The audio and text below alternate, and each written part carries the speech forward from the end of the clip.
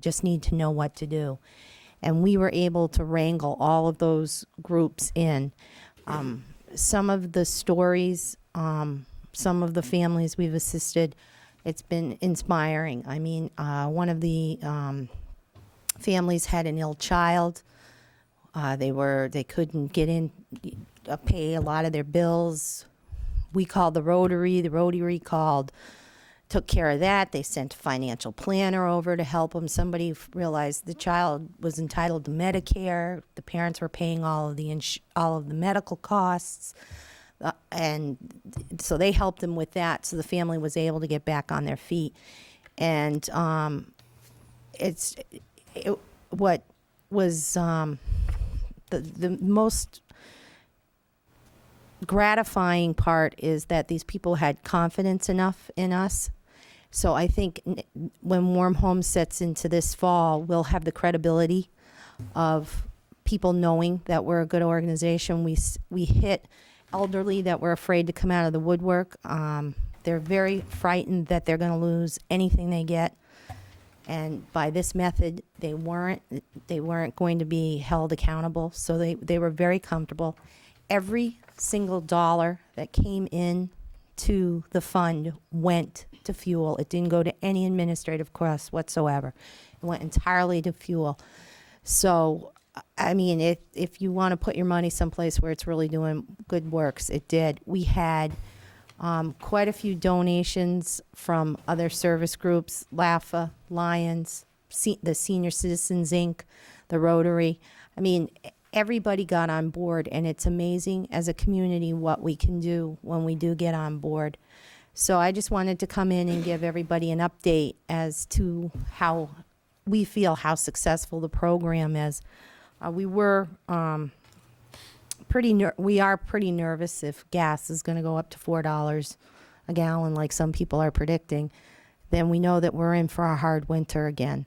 And so we're going to actively pursue Warm Homes and try to get as many people encouraged and into assisting this program. Carol Conley was great. She was the interface with a lot of these people.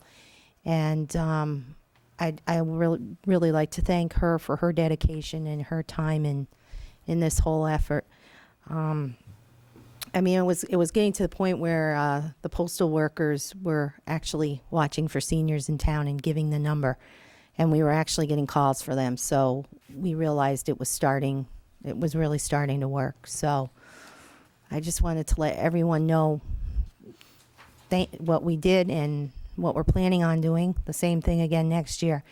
And I really wanted to thank the school because the dollar program from the kids was phenomenal. The National Honor Society giving the $1,000 was phenomenal. And the food drive was, a great testimony to the children of Londonderry. So I just wanted to inform the board. Questions for Kathy from the board? No.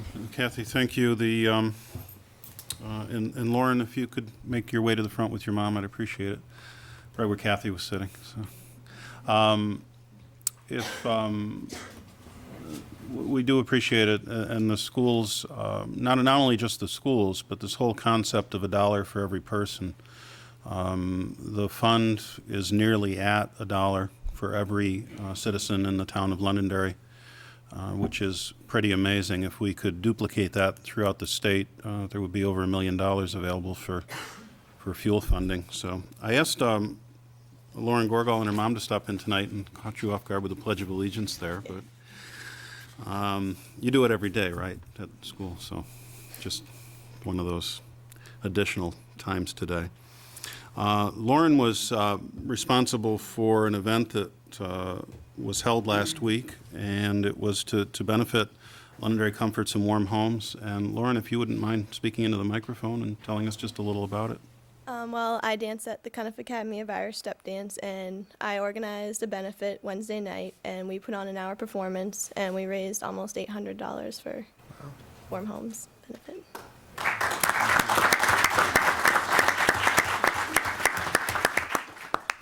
I know that I attended it, and it was pretty amazing. About half the evening, You have to understand, I'm not a dance person. So half the evening was in shoes that were soft, and half the evening was shoes that were hard. Can you explain that? Yeah, well, we start out in soft shoe called gillies. It's a tradition, and then we moved on to hard shoes, or some people call it clogging, but it's more like the river dance that you see on TV. And I made up the routines myself and made up the program and organized the whole show before. So The outfits are pretty amazing too. I believe that it'll be rerun on the cable television. it's So gonna be on Channel 20 soon. on Channel 20. Yep, probably next week sometime. Okay. So next week and beyond, if everyone gets a chance. And I just like thank you and your mom. I mean, it was an incredible event. There was the first 2 rows were senior citizens that had come out to watch, and there was a lot of other people from the community that came and contributed. So thank you. Thanks.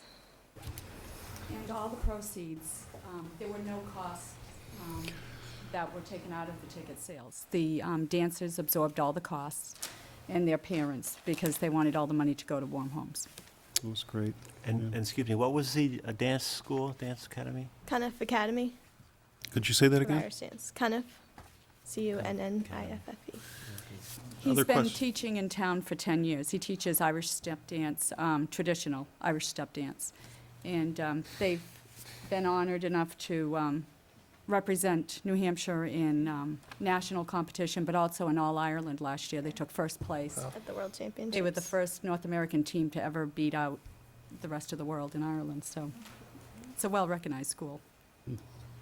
And you also, as I understand it, did a demonstration or dance at the senior center Yep, we do that every year for St. Patrick's Day. The seniors come out and we do a show for them too. on the stage up at the I helped organize that too. center. Other questions from the board? I apologize, I didn't ask. Oh, great. Thanks for coming out tonight. Thank you. Appreciate it. Congratulations. Yes, Pat, go ahead. Just a last note, Kathy mentioned that all the money goes to the fuel, not to administration. And I know you don't want to make a big deal of this, but I'd like to point out that the main reason we're not paying any money for administration is because that's all being done gratis, thanks to the leadership of Kathy and Steve in particular, and the administrative work that you folks do with your website and communication and working with the community. So the community is very grateful for all you folks do in making those things happen. As long as he's doing that, just to tag on to that, because Carol Conley has taken over 50 calls in the outtake or the talking with those in need, and she's talked to every single person. And she's only been in the community for 4 years, and she's just made an incredible impact in that short period of time.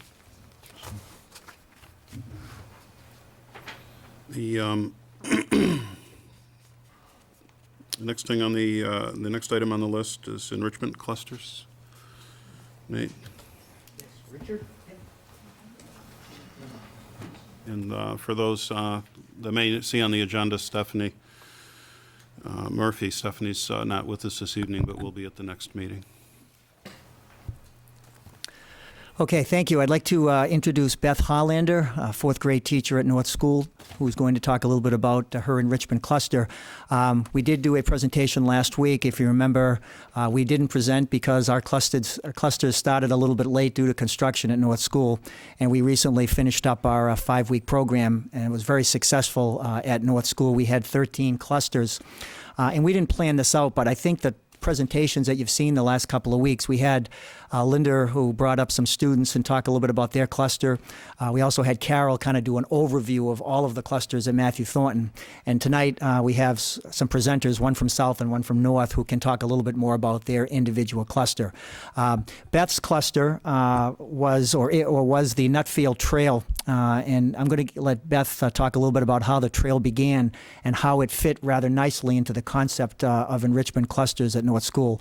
We had over probably 50 to 60 students who when they first looked at the cluster list, wrote down that that would be a 1, a 2, or a 3 in terms of selection, 1 being their first choice, 2 being their second, and 3 being their third. So it was quite a popular cluster, and actually Beth had a little bit more students than originally planned because she didn't want anybody to be out of it. So she ended up with over 25 students in the cluster. So I'd like to turn the program over to Beth, and if you have any questions after our brief slide presentation, and I did have a little bit to do with that, I just want the board to understand. Beth. Yes, you want the disc over. Hi, good evening. I designed this cluster so that other students in my school could get to discover the North School's Nutfield Trail and give them a exposure to the outdoor world in Londonderry. I'm reading a book, and the book is called The Last Child in the Woods, and it suggests that never before in our history have children been so out of touch with the natural world. Your average 4th grader would prefer to spend his time indoors with electrical outlets than outside. And most of our children can recognize cartoon characters easier than they can the species in the natural world, like insects and trees and salamanders. This Nutfield Trail project began about 8 years ago. Regan Degnan and myself attended a Londonderry-sponsored workshop on project learning, and we decided that we would create a trail behind North School. And over 6 years, we worked with teams of students from our classes. We worked with Boy Scouts. One of our boys, Tim Taylor's brother, one of my students, he got his Eagle Award by working with us. Girl Scout groups and other classes in my school have also worked with us. And over the course of 8 years, we have built 2 trails, blazed 2 trails. One goes directly to an outdoor classroom that is complete with benches and a podium. And the other trail wraps around our school. We also have built 2 bridges. We have bat houses, bird houses, butterfly houses, and the trail is all labeled with acorn signs. We have also involved technology, and we have designed brochures, we have slideshows, we have multimedia presentations of this trail.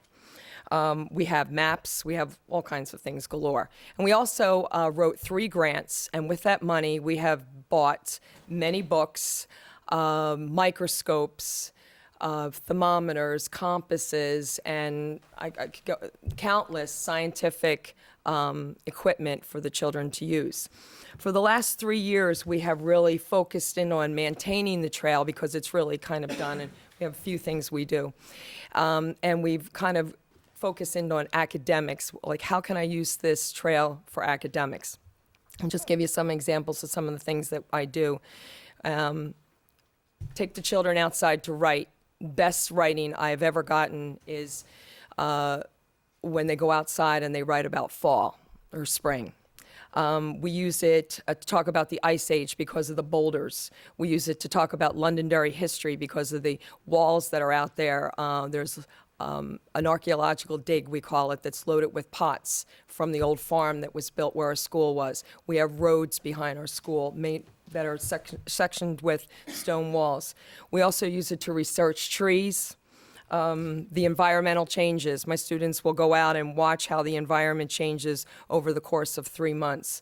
We use it for math, measuring circumference. There's a pine tree out there that has a circumference of 16 feet, and it's really a fun activity, and that's one of the things the kids did in the cluster. We also use it to estimate the height of trees, measure water depth, because we have a vernal pool out there that is very large, and it is loaded with salamanders, frogs, and all kinds of little organisms. So the children will collect the water and bring it in and look at it underneath the microscope and try to identify the organisms. And then we actually work on maintaining the nature trail. So what I did with the cluster was actually give my group of 25 students a chance to sample some of these activities. They got to collect the water, they looked at the microscopes, they learned about the trail a little. And I just think that all of this was a good direct exposure to their natural world, and I think this is important for a healthy childhood development.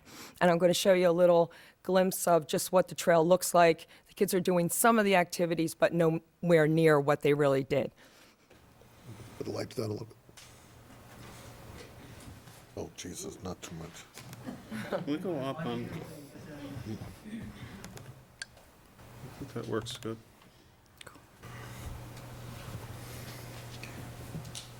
Everyone in the audience see the screen? Try it again.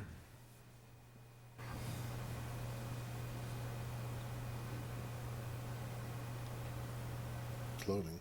Double click it, Peter. Zach, could you come forward and help Peter? Wow.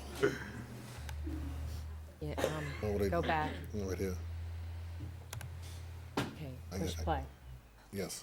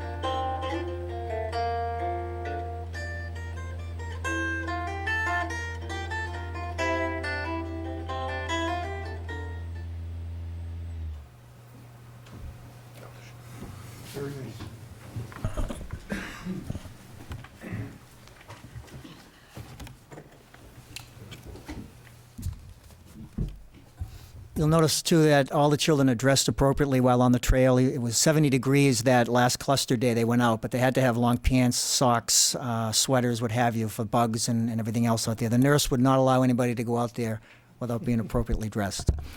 Does the board have any questions for myself or Beth regarding the cluster? How long a trail is it, Beth? I measured a few times in meters, and offhand, I forget exactly. It takes an hour to actually walk around, so I would say it's probably about a mile long.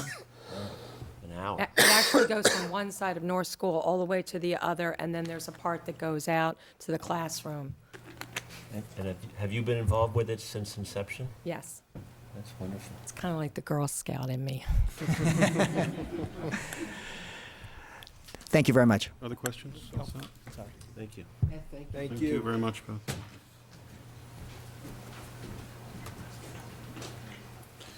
Before we go to the, yep. I'm ready.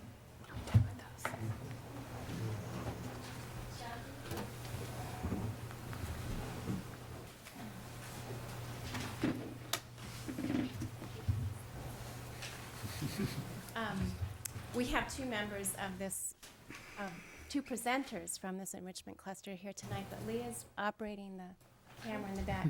I'll have her come up after we show the video, but I'll just give you an introduction.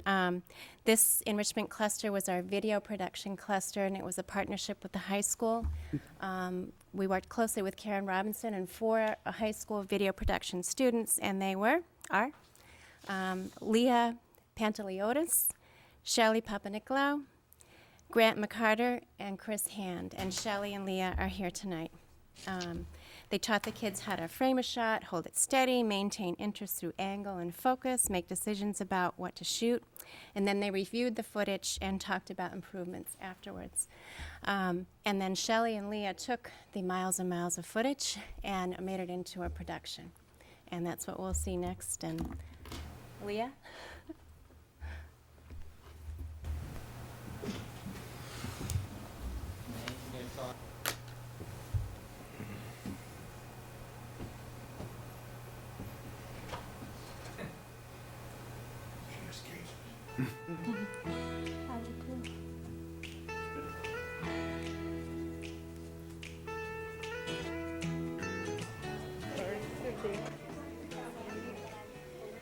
Sam Mauser, news reporter. Aren't they awesome? I know.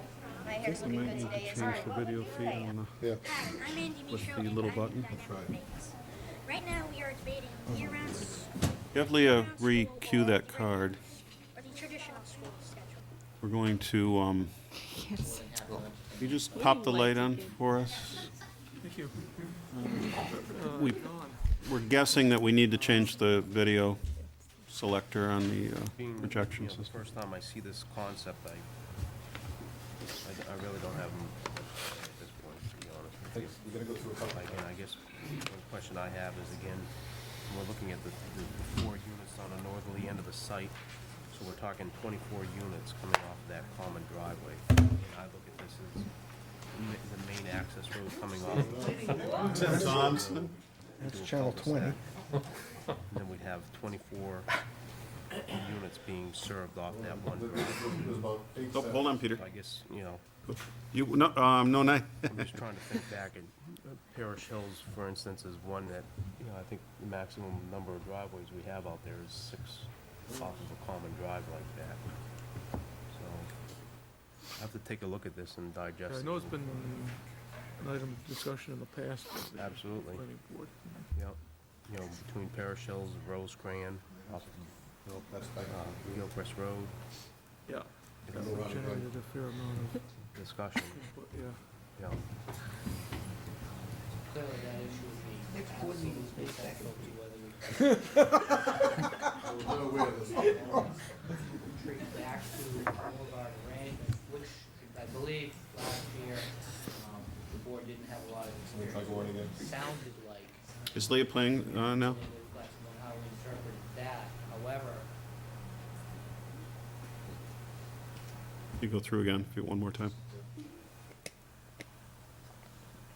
Let's find out, how much room does Leah have in her little room? It's not that big.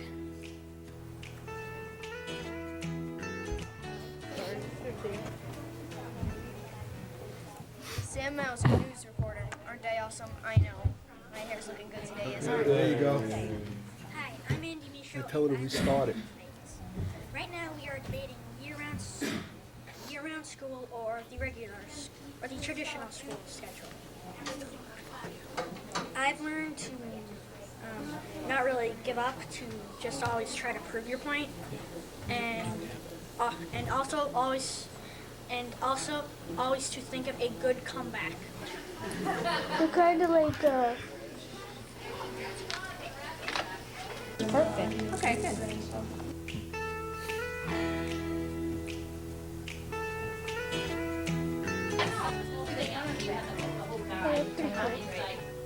You get to solve mysteries, What's your favorite part?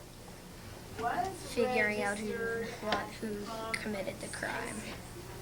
You want to try and keep it simple. Like that. I did. Like that, see that, like that, look. Let me see. Look at what you did with the Z. So other people play, oh, look at this one, look at this one. Look at the way you did the B and the Z together, Bonanza. Oh, I thought. Okay, keep playing with it. Keep playing with your ideas. May have some white speckles. I could do it like this. Just start painting. So they slept in the car, and then the next day, they started hiking down the Grand Canyon. Each Can you reach it at all? Like, how to teach red eye, blue eyes, stuff like that. No,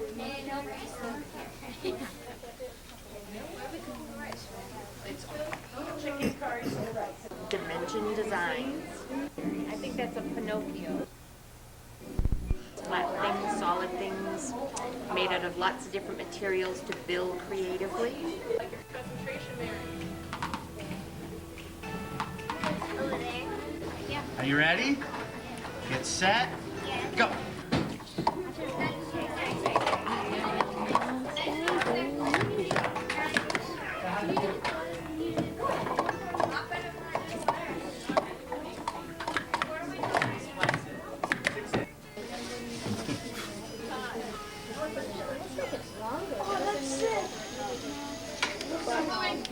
Kaboom.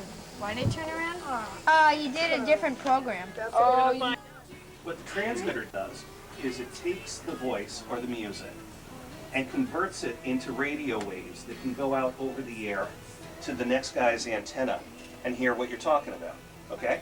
Really? The X's are easy when you think of it. Because you just have to go up and down. Except diagonal. What do you think?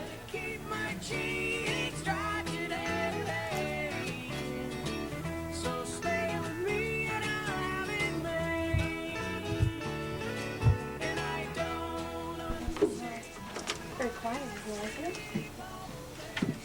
This is more.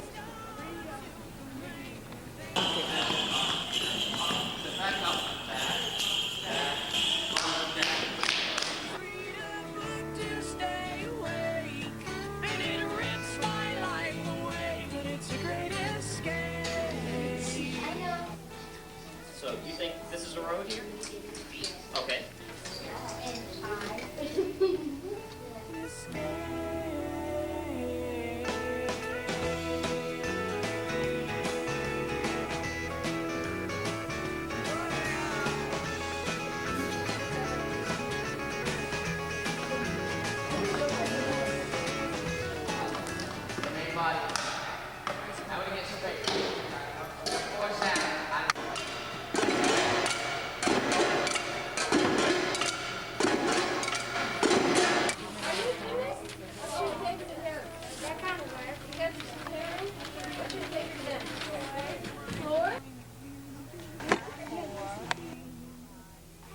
That was super duper awesome! ready?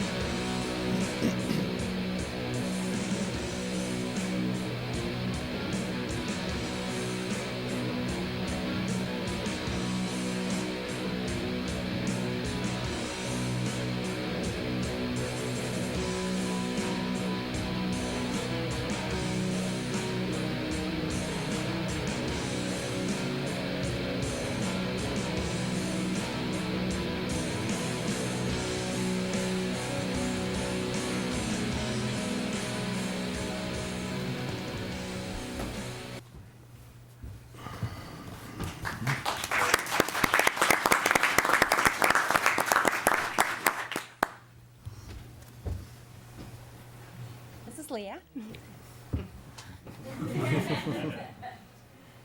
For those of you that don't know, Leah and Shelley run the back quite often for us, but usually it's hard to get them to talk. So, you guys want to share your experience with us at all? It was really fun. We want to thank Mrs. Linda Ketterin for letting us do it, and Ms. Robinson for giving us the opportunity. It was definitely fun to work with the kids and show them. Yeah, the kids are pretty awesome. Other questions from the board? You guys ever taught elementary school kids before? No. What was the biggest challenge with that? It was. It wasn't really much of a challenge. I had 3 boys and I didn't have a problem with it. She was lucky You she will. had 2 girls.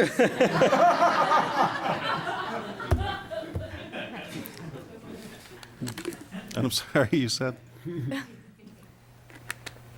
Great. Super. Thank you, Linda. Great job. Great.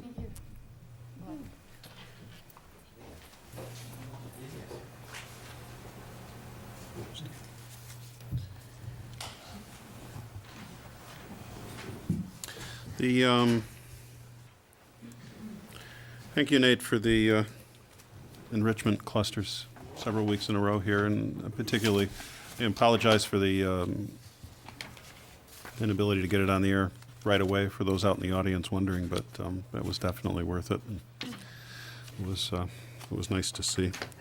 We're really thrilled with the way the enrichment clusters came out. This was our first time doing it. And, I want to take just a minute to thank Mark, the principals, all the teachers and the parents and the volunteers, and especially the kids who work so hard on it. I think it's going to be a continually evolving addition to our program, and it's going to just get better and better. And I think it's just a wonderful opportunity for the kids. And you know, Beth Harlander, the work that she's done on the nature trail is just a simple example of the kinds of things that have happened, and provides kids with a variety of opportunities. And it's been a welcome addition to our program. And I want to thank everybody that's been involved.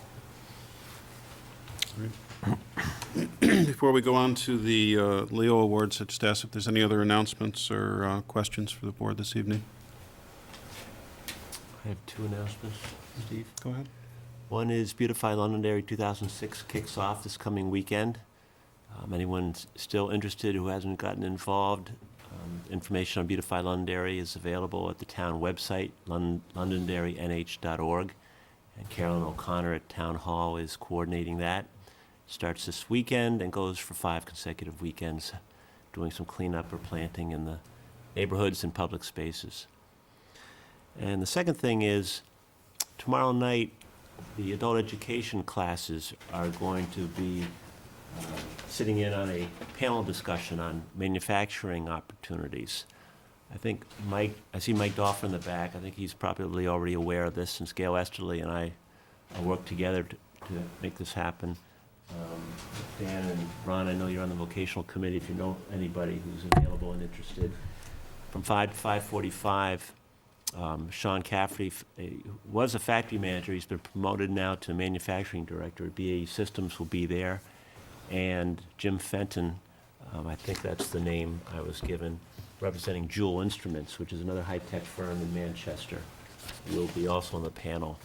And Jay and Gail are arranging to have all of the scheduled adult ed students at that time there. And Pinkerton was also interested in participating, so we'll be sending 8 or 10 kids also to take part in the panel discussion and Q&A. So that's tomorrow night, room 221 at the high school. Great. Any other announcements? Quick one. We'd like to extend our congratulations to Mary Lucas de Winkler. I believe that's how her name is pronounced. She runs our student newspaper, and she was selected as one of 300 applicants to receive the American Society of Newspaper Editors Journalism Institute Fellow at the Winthrop University this summer, and she'll be going, so we want to extend our congratulations. It's really great. And one other thing, I want to compliment the Drama Club on their production of Fiddler on the Roof this last Thursday, Friday, and Saturday. The kids did an excellent job, and Jim Tremblay did a wonderful job, and the other faculty members that were involved. The kids were just fantastic. It was a stellar production. It's very nicely done. Ron? Mr. Chairman, I want to thank the student council over at the high school. Yesterday, I had the opportunity to go over there and listen to a discussion on the breathalyzer that we'll be talking about a little bit. I asked if I could attend the meeting and just got their opinions, and all of the students were very well articulated in their views. and their positions on it, and it gave me a great insight to what the students were thinking, and it wasn't exactly what I thought they were thinking on the issue. So I appreciate that, the invite over there to listen to that conversation. Seeing no others. Sue?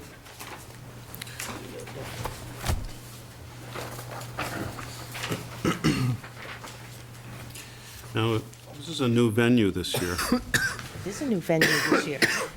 so any hints or ideas so that everybody can hear us as we present? I will put this up here perhaps, and if you could come front and center, that would be great. And I haven't got Like much just me. haven't got much to say except it's the 5th annual Leo Awards for Londonderry Educational Outreach. I want to thank you all for braving the paparazzi as you made your way down the red carpet this evening. And here we all are, and I am going to turn it over to our presenters to get the show started, and we'll begin with our school board chairman and our student representative. And I'll move this.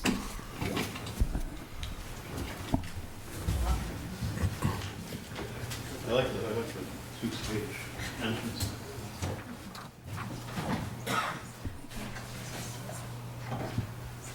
Oh, no.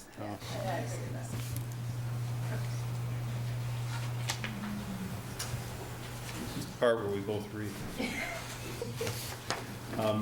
LEO is our acronym for the Londonderry Educational Outreach, and is a term that encompasses all of the vehicles through which we communicate and inform the public.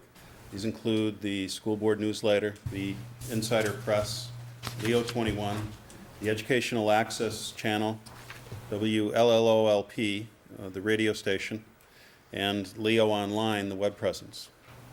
As our first award this evening, we are pleased to recognize the work of 2 Londonderry High School students who have contributed to Leo in a variety of ways and are very deserving of the Leo for Outstanding Student Contribution.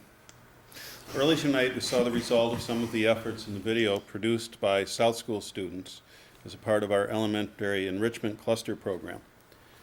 Aren't you glad that we didn't wait till next week to see the video? LHS vocational video production students, Lee Pantadolis and Shelley Papalagano, were the instructors for this cluster and volunteered their own time and interests in a great community service.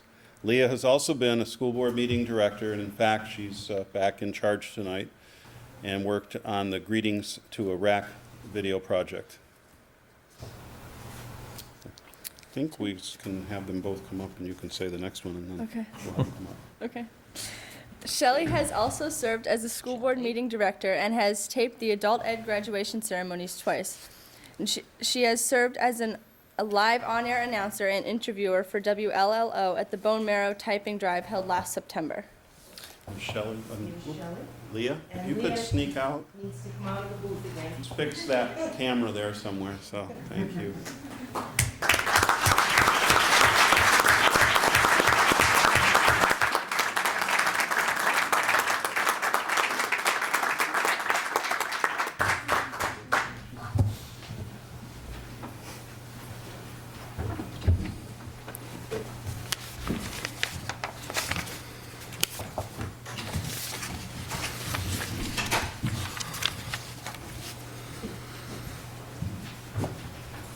It's always great to recognize one of my fellow teachers for their use of video to help inform the community of the wonderful things happening in our classrooms.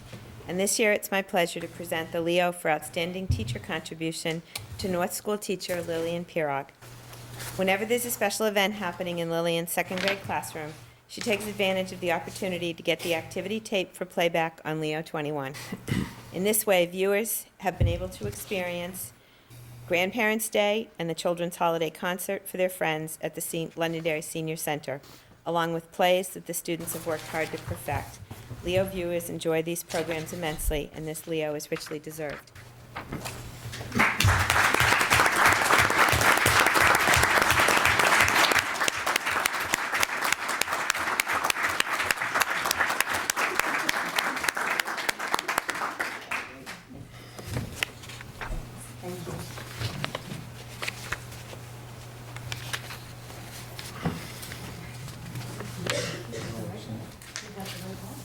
Maybe.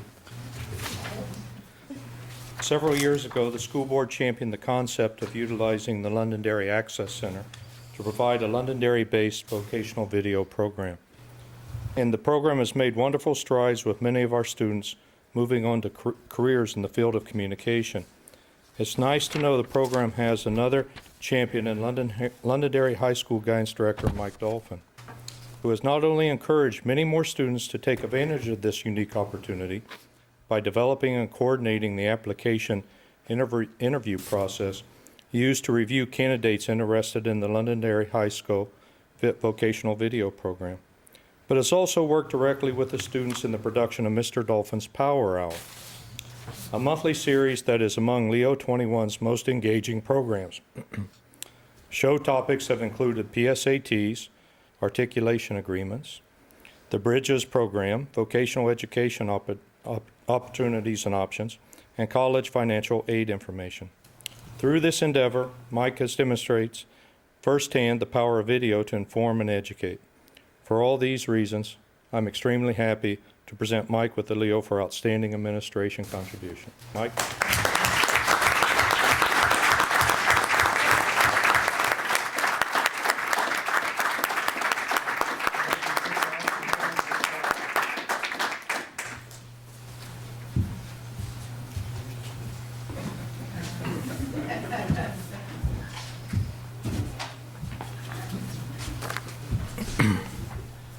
The next Leo recipient is a familiar face around the Matthew Thornton community for her efforts in capturing the faces as they participate in many activities that occur at the school.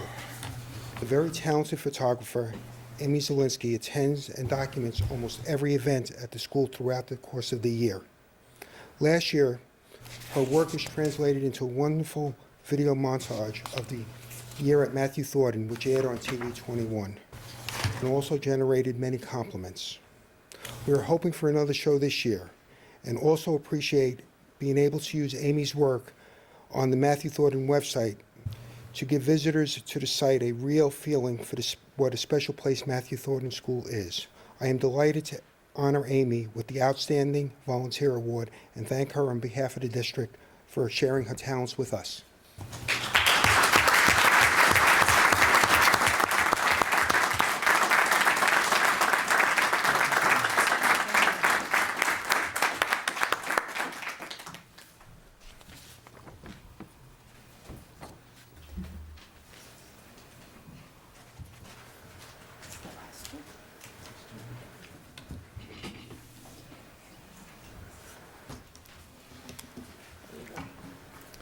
I have the honor of acknowledging, recognizing two people tonight. Unfortunately, Dan Bojarski can't be with us, but we do want to recognize him. The Leo Advisory Board is very aware of the fact that our district network administrator, Dan, often goes above and beyond in helping to troubleshoot and address the inevitable technology gremlins that pop up. And they wish to express their appreciation for his assistance by presenting him with their Advisory Board Recognition Award, which I will accept for Dan Bojarski on his behalf.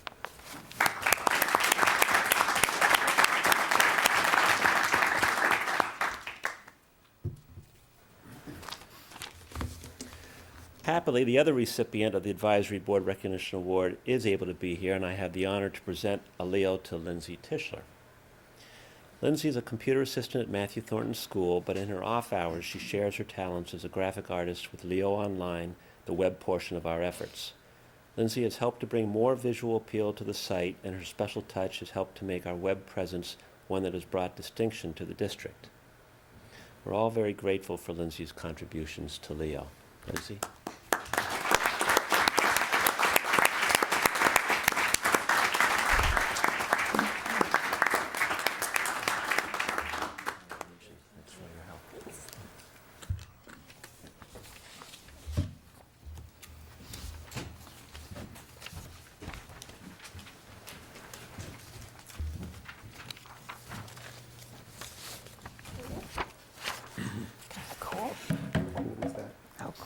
I know, it's pretty amazing. Yes, it is, indeed. Finally, this evening, while it's great for the board to be able to recognize those in our community who have helped us to improve Leo, it's also nice to have those efforts recognized by an outside organization. I'd like to ask our web technician, Dan McLeod, to join me as we share news. Come on, Dan. This is you, my friend. And that news is of our third place award for Best Government Site from the New Hampshire Internet Awards Program. This means a lot to us since other sites recognized were developed by commercial web designers. And because in their comments, the judges commended us for providing our users with a fantastic wealth of information. And if you ever go out there, believe me, it's a fantastic wealth of information, as I learn every single day. We're also very happy to have received a citation from Governor John Lynch for this effort. So Dan, they're all yours, my friend, and thank you very much. You know what to do with them. Go sit down with them. Hold on to them. You earned them. In closing, it's also part of our job to keep the public informed about our schools, and we will keep working through our Leo Advisory Board and through the efforts of our District Communications Committee to make sure that you have the information that you need when you need it. Thank you. Thank you.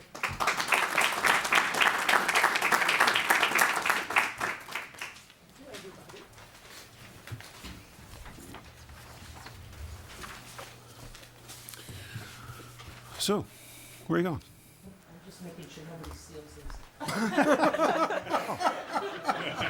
this. There's something good in that box? Okay.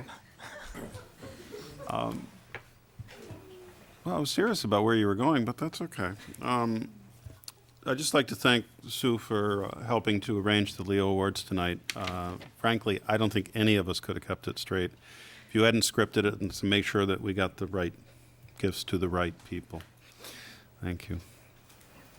Anyone else have anything final on the Leo Awards? I would just like to put a punctuation point on that special web recognition. I still believe that the site's purple, not blue, but it is content counts, and it has to be one of the most incredible content sites that I visit on a regular basis. I have the honor of also being on the Manchester Airport Authority, and will be in their board meeting tomorrow. And you can be sure that I'll mention to them that although they did receive first place, ours was free. And hopefully I won't mention your name because I don't want them recruiting you, Dan. So, thank you. The next item we have, before I read off the meetings, there's two issues or two items that are coming up. For one thing, the superintendent asked the board today via email about a joint meeting date, and I trust that everyone's provided that to him. We look forward to a joint meeting. No, I didn't receive one. missed the email. It just went out. It went out late today. So I haven't seen it. we're just looking to schedule a joint meeting with the Town Council Budget Committee and look forward to that. George had said around an email that he would be not available for the July 11th meeting. Typically, in the summer months, the schedule's a bit lighter, and Ron was just asking me if we would be interested in moving that to the 25th. If that would have any effect on anyone.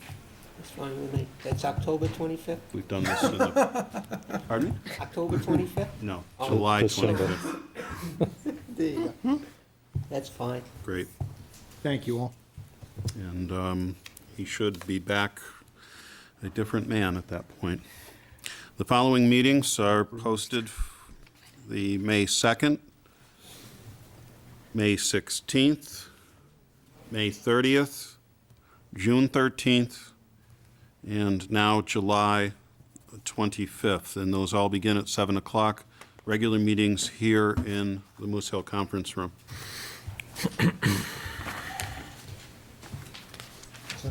Thank you. Mr. Chairman,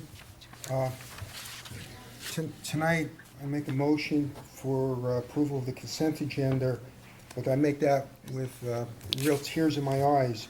Under here, there are two retirements, and one person I know very, very well, Madeline Andrews, and Mary Falvey. Both of them have been in the district a very long time. I've been very fortunate to have several of my children have Madeline, and I've appreciated her skills in the classroom, and I'm sorry to see her retire, and I wish her well in retirement. Need a second on that. Have a motion? That's the motion. Second. And a second. Just on a point of further discussion, Nate provided me with some details here. And the Madeline Andrews was hired in 1972 as an elementary teacher at the Central School. They put down the salary here. It was $6,600. Luckily, they didn't put her age down. She received a bachelor's degree from Riviera College and a master's degree from Fitchburg State. She took a year from 1975 to 1976 to stay home with her son Michael, and then took another year in 79 to 80 to be home with her daughter Catherine. She received the Pat Keyes Technology Educator Award in November of 1995 and spent her entire 32-year teaching career as a Londonderry Elementary School teacher. So it's a pretty amazing process.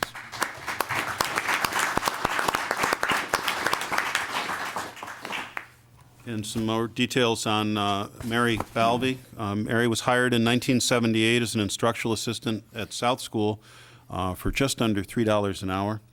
She spent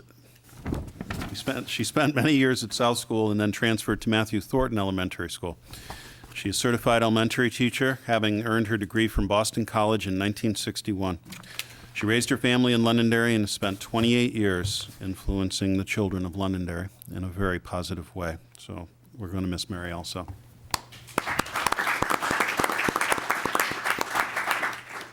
I just add something?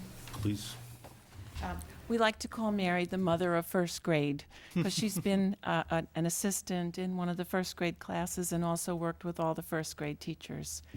Our first graders will really miss her, and so will we. Thank you. Thank you. Any other further discussion? Seeing none, all in favor? Aye. Aye. Opposed? 5-0. Liaison reports, Whitney. Okay.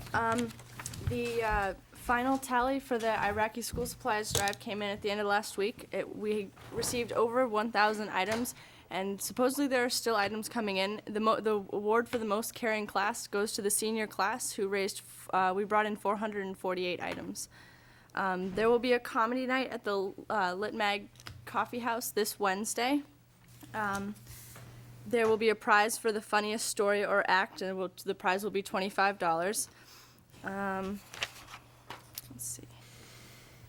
Ladies tennis won their home opener 7-2 on the 13th against Alvern. Congratulations goes out to Jess Slater and Carrie Thompson for being invited to try out for the U19 World Champion Lacrosse team in August in Pennsylvania. As Mr. Greenberg said, Fiddler on the Roof went very well. There were 4 performances on Thursday, Friday, and Saturday.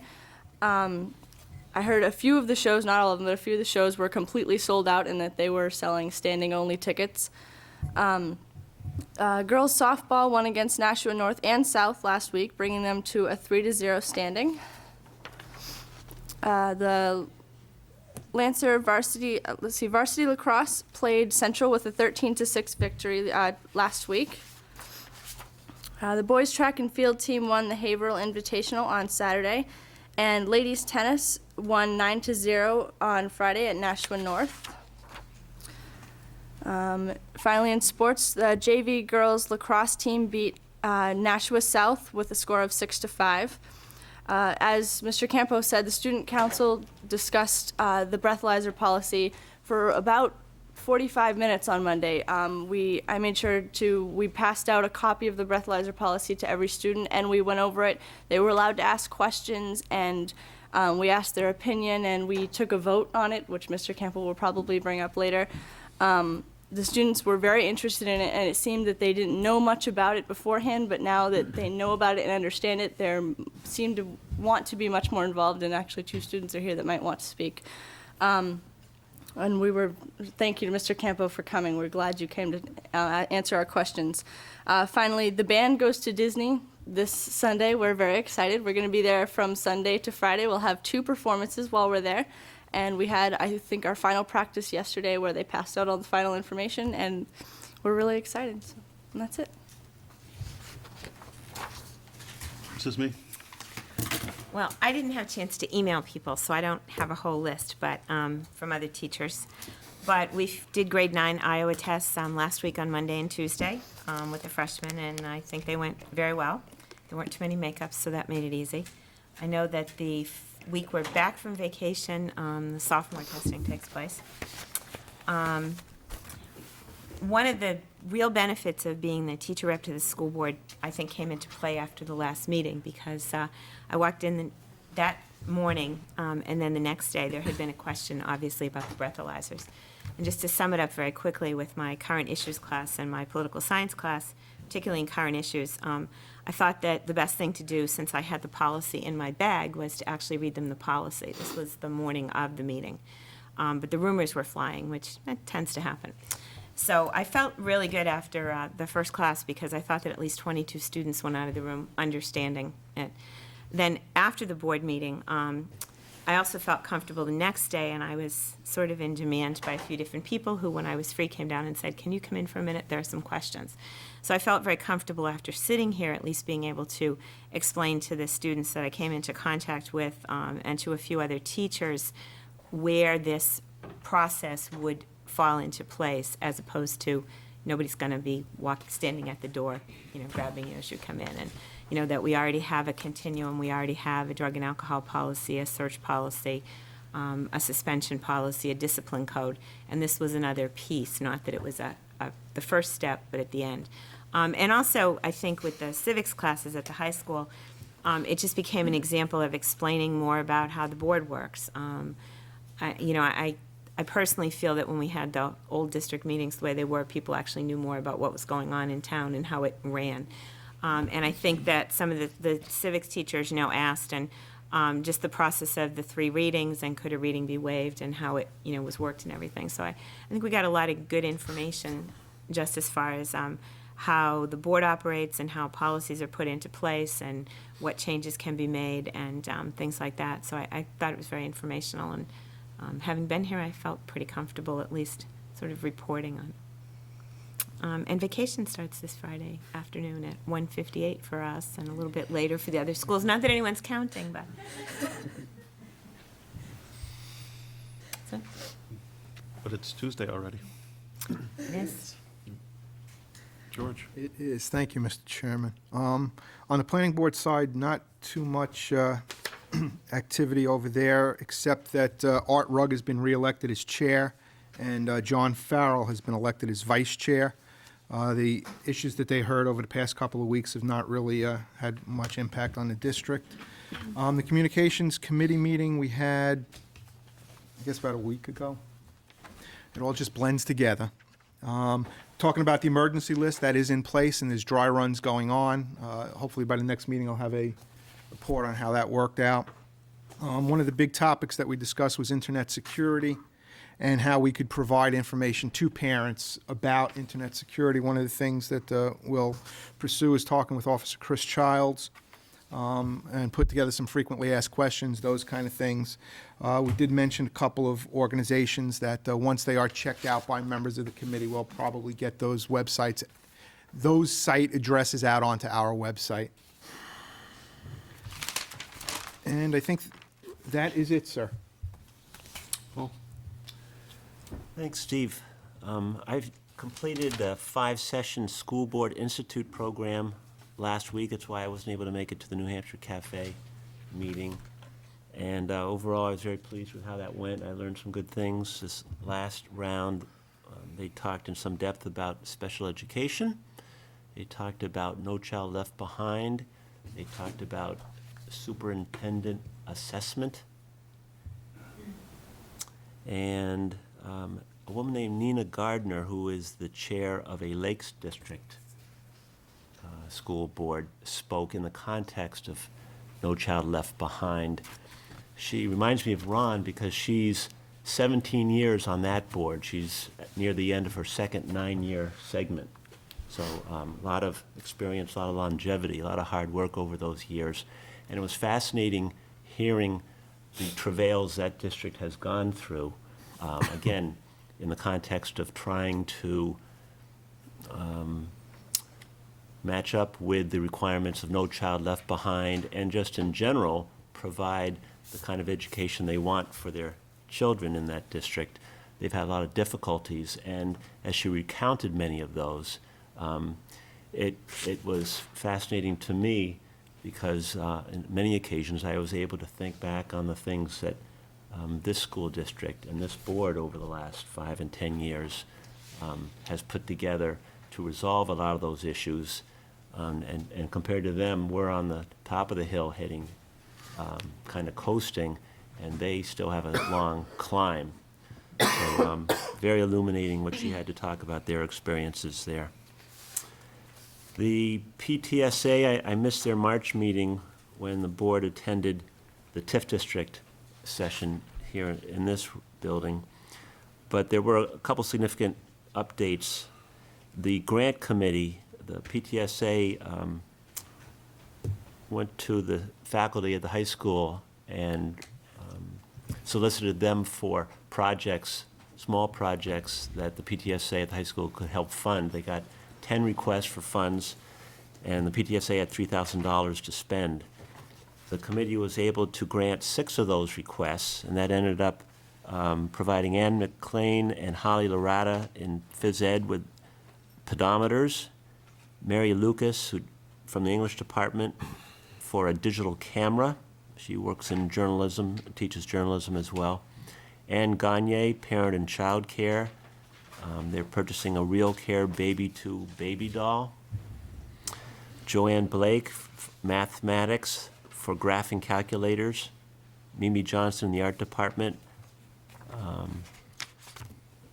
Looks like and Holly Blaze, Skills Interactive for a POD ASD program. And $100 for New Hampshire Junior Achievement Skill Interactive Classes. So they met a lot of needs for that $3,000, and it seemed like everybody was quite pleased with that, and the PTSA will try again next year to offer something similar to the faculty.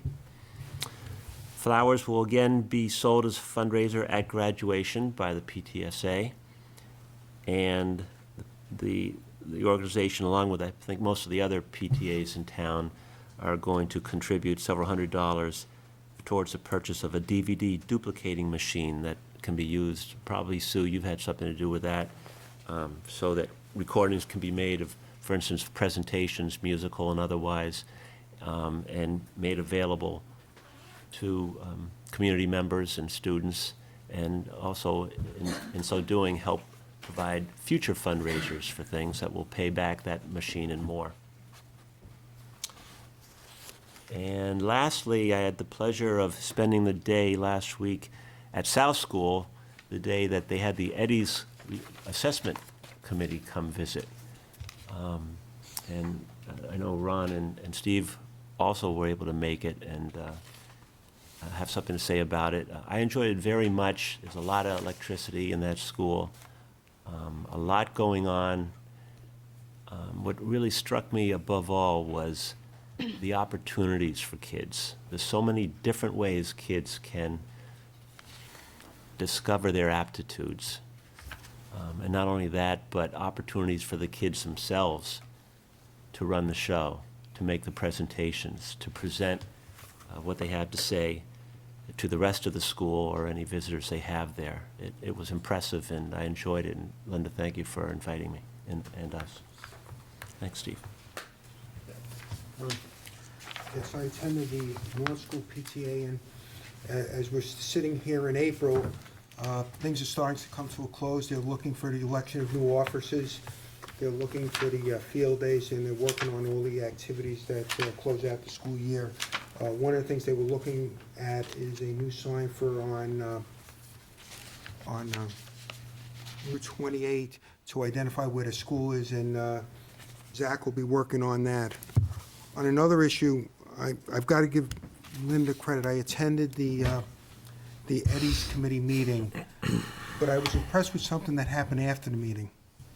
One of Linda's staff members, a senior staff member that could retire, and she grabbed me in the hall and she says, "This is a wonderful place to work. And I would have retired a few years ago, but it's so exciting coming here every day and working." And that's the biggest compliment I can hear from a teacher that is a very good teacher of yours, and she really wants to be there and work. And she says you've done a lot for the building. Thanks. I'm done. Yeah. Nothing to report. He had an opportunity to attend Arthur Martin's retirement party from at the middle school. I understand one of the local papers has written a feature article about him that will be out this week, so I'll let you all read that, but just to say he was quite a character. The Special Education Committee, I attended my first Special Ed Committee with Ron. I'm new at it. It was my first meeting, and I'm going to continue to listen. But I will say one thing, Brian. The level of the people in that organization is just absolutely incredible. The excitement level, the professional level, the knowledge, and what we do for special education in this district is just amazing. I attended the town council meeting for Dan. He had asked me to do that, and frankly, I probably would have had withdrawal anyways, so it was rather enjoyable for me. One of the things that I caught in the liaison reports was that the Rec Commission did approve unanimously the cheerleading organization that originally approached us. And the other item, just a reminder for this board, is on Tuesday, May 16th, which is our next meeting at 5:30 at the Lions Hall. Dinner begins with the Leadership Londonderry organization, so make sure that you let them know if you will or will not attend that, and we'll be coming straight to this meeting at 7 o'clock. The NH Cafe meeting, we talked about the last time. Just so everyone knows, if you go to nhcafe.org, nhcafe.org, we do now have online the portion of that meeting, which I would consider to be the most expensive portion, where our attorney speaks. And it's actually extremely interesting. This gentleman, Bill Chapman, is normally a very conservative individual, and that evening he was rather animated in both his success and the direction that he intends to take the case in. We received at that meeting a request from members, including most of the school board members up here and members in the 18 communities, for a request to expedite the case, and that was filed early. That was filed on Friday, and we requested that the Supreme Court put us on an expedited track and come up with a ruling sometime in the October timeframe. So that would be prior to elections. The next filing that we did was a filing that occurred on Monday. Yesterday, there was a deadline that any new issues that be brought up before the end of Monday this week. And our request in that was that we wanted to know what happens when this law is again found unconstitutional. Do we fall back to 302 for funding? Does funding stop? What actually occurs with the funding? So we're asking the court those questions. If you'd like further details, they're also available at the NH Cafe site. Nate, do you have anything else on the NH Cafe that? No, sorry, you covered it. I think that those covered it very well. So we'll move now to the March enrollment report. Okay, you have the enrollment report. In preschool through 12th grade, we have enrollment of 5526, which is 9 less than the previous month. And we add in special ed out of district, home students, and adult ed, brings our number to 5546, which is down 11 from the previous month's report. We are, numbers of significant note, we are up 6 in our LEAP enrollment, which includes 70 special education students, and the remaining 35 are regular ed students. Moose Hill remained flat at 346. We had a drop of 5 at North. Matthew Thornton was flat. South School had the growth of 1. Middle School had 1 additional student. High School had minus 12 all told. Be happy to respond to any questions the board may have. Questions from the board? Ron? Nate, do we have what our enrollments for first grade is? Preliminary enrollment for first grade next year? I can get it for you, because we have some additional students that have registered that weren't in kindergarten. I don't have those numbers for me, but I can have that for you at the next meeting. Okay, thank you.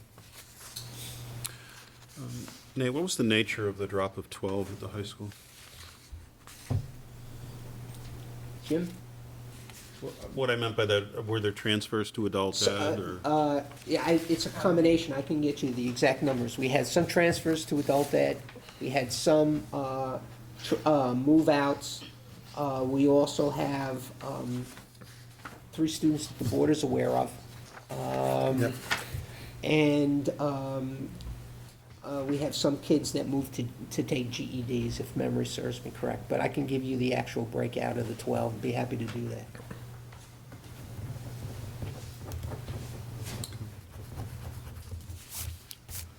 Further questions? I have a quick one, Steve. Oh, I'm sorry, Dan, I didn't see. Nate, if we... Oh, wait. Go ahead, I'm listening. Oh, okay. I didn't want to interrupt you. Every year about this time, we look at the senior class, and we see, if you take last year compared to this year, we've now broken out the adult ed children. We had adult ed last year as well, Yes.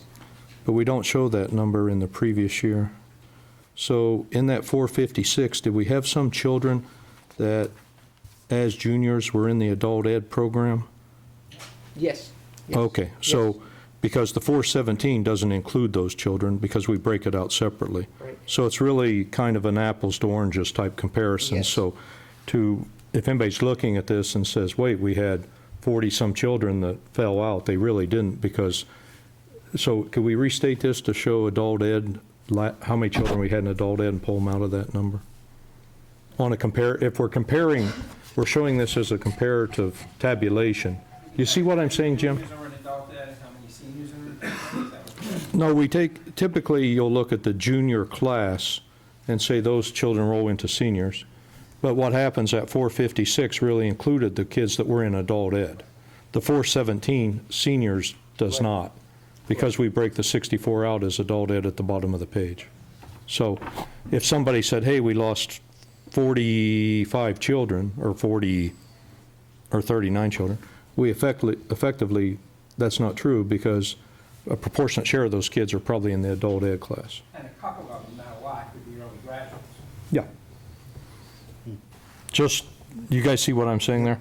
Because the adult ed numbers, it's inclusive in that junior class and senior class last year. I just didn't want anybody, that's the purpose of why we, 1, developed adult ed, and 2, why we break it out this way, because when I believe Ron and I don't remember if Steve was on the board or not, those numbers were staggering on a comparative basis, and we tried to start getting a better identification of what happened to those children. But this does it for me. I just wanted to point it out if anybody followed up with that question at a later point in time. So maybe in the future, just roll a number in there on a comparative base. Sure. Okay, thank you. Further questions from the board on enrollment? Well, I did have one other one. Bonnie's not here tonight, but I see Zach's still here. Yeah, Zach's here. For those of us that remember when off said the best enrollments at LEAP is a 50-50 split. Where rapidly, if you look at this each and every month, we're going down a little bit different path. And I remember at budget time, if you went back and looked at the number of children in LEAP, it was a lot different than it is today.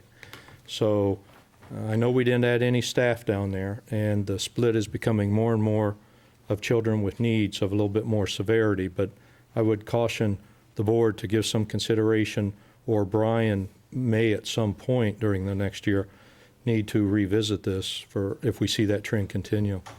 So I think when we looked at this at budget time, we were looking at something in the 60-40 range. Well, it wasn't that many kids. I think there was like 85 kids or some number of that at budget time. So it's just, now also for the board's consideration, these kids, if we look in the fall, you'll see the numbers drop again. Because they move on into kindergarten, but then the 3- and 4-year-olds come in through child check. So the numbers won't go from 109 to, or whatever the number is, on a progressive path. But it seems to be that is what's happening. But we will see the number change, I would imagine, in the fall. But that doesn't mean we don't service those children. They move into our kindergarten program. So there are still needs down there at Moose Hill, and Bonnie's not here, but Rich certainly knows and Brian knows. So when you look at these numbers of 109, I think it was just the last enrollment report was somewhere around 90-something. So we picked up a bunch of kids, I assume through child check again, or I don't know where they came from. But so I don't want to take that lightly. The best program if we can get a 50-50 split, but I don't think we're going to be able to do that anywhere soon. So just everybody be aware that's what we're seeing, and that I assume that's the trend. So I just wanted to add that as well. Dan, I think you're accurate. I don't think in the foreseeable future, unless there's a huge expansion in the LEAP program, that you're going to be able to get a 50-50 split. No, I don't think Neither so. the space or the staff. Right. So there is going to be that imbalance based on the number of identified students that we have coming in as 3- and 4-year-olds. So. What would the, Nate, what would the space support if, in an expansion of that program? We would have to, if you were looking at a 50-50 split, knowing that we have kids that come half day, and we also have some kids that go 3 days versus 4 days, you would need, at a minimum, another room to possibly 2 rooms, depending on how the numbers fell. And then obviously you need the commensurate staff too, to go along with that. And so that would be the issue for us. I do have one last question for Brian. Brian, how many autistic children do we have at LEAP now? Thank you for coming forward.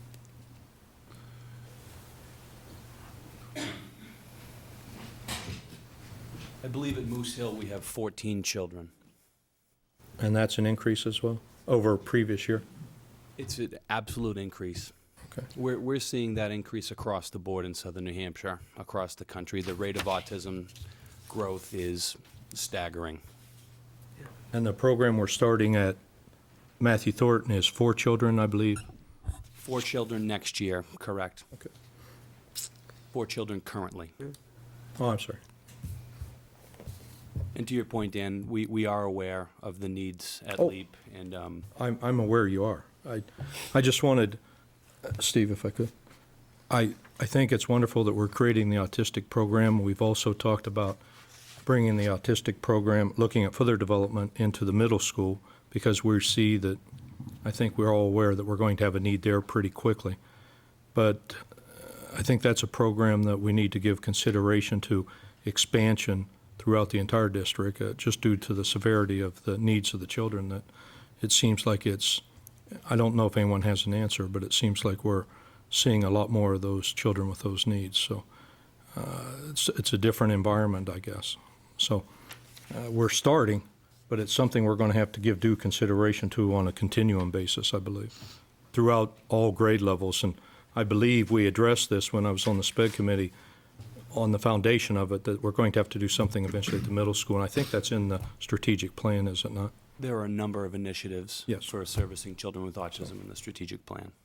So when we look at this, we don't only look at the numbers, but we look at the needs as well, so. Severity of the Yeah. children, yeah. No, I mean, when we look at the enrollment reports, and we see that enrollments are going down throughout the district on the elementary levels, but that doesn't necessarily mean that we're creating additional space all over the place that's being underutilized.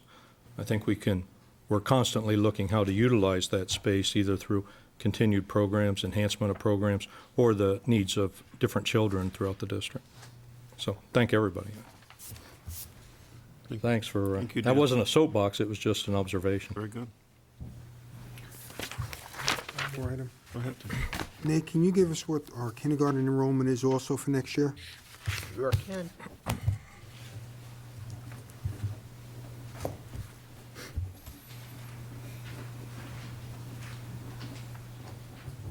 Andrew I'll give Cook. it to you, Ron, with the exact number that we have registered Yes. now and the packets that we have out that people have asked for, so you'll see the two numbers. Excellent, thank you. Okay. Andrew Corey's been on the edge of his seat.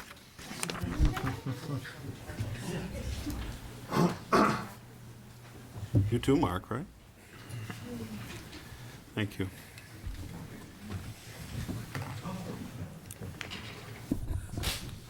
Tonight's my pleasure to update the board once again on math computation.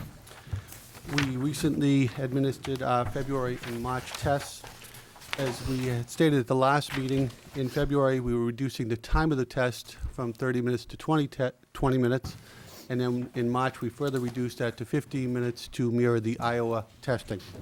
We have one computation left to go, which will be May 1st, which is the Monday before we take our Iowas. We take Iowas the 2nd through the 5th. Looking at the 6th grade to start with, we did see an expected dip from January to February. It was not a significant dip, which kind of surprised a lot of the teachers.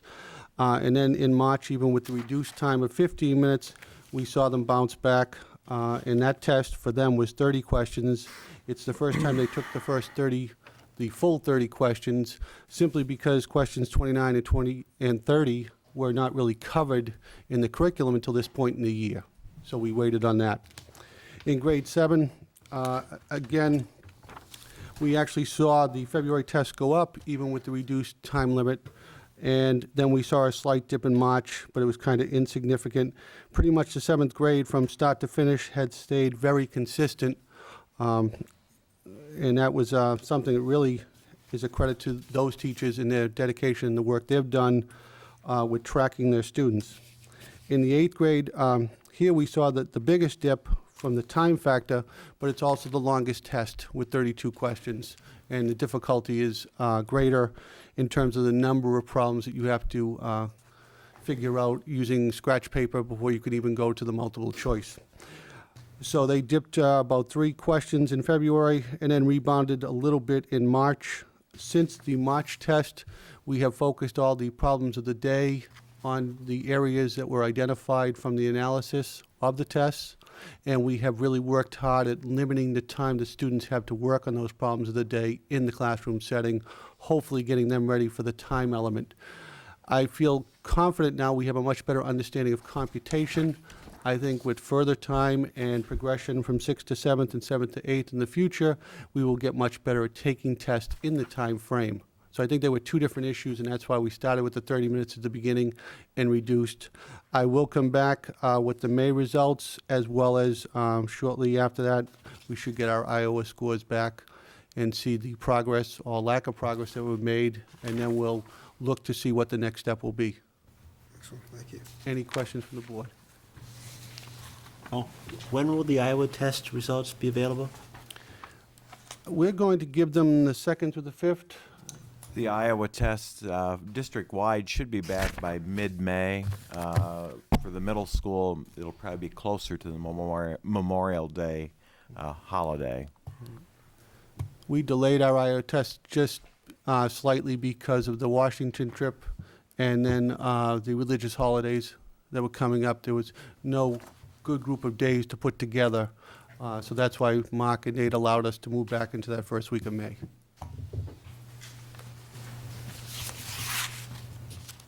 questions from the board? Thank you very much. Good job.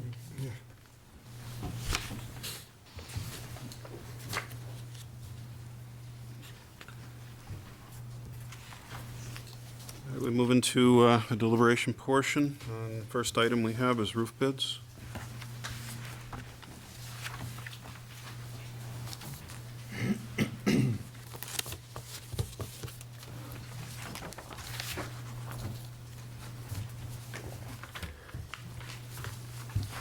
I have some information in your packet. We developed specifications for roof replacement, a couple of sections at Matthew Thornton. Pre-qualified 5 companies, invited them to bid. We received 3 responses. And recommending we award the contract to the Therian Company for their bid price, $187,934. And as a point of information, we budgeted $190,000 in the maintenance trust fund for this project. Dan? Mr. Chair, I'll make a motion to support a recommendation of A.W. Therian Company for $187,934 for the Matthew Thornton School roof bid. Second. A first and a second. Further discussion? Ron? Real quick, is there any other roof bids that we have on the other buildings, or where does that sit?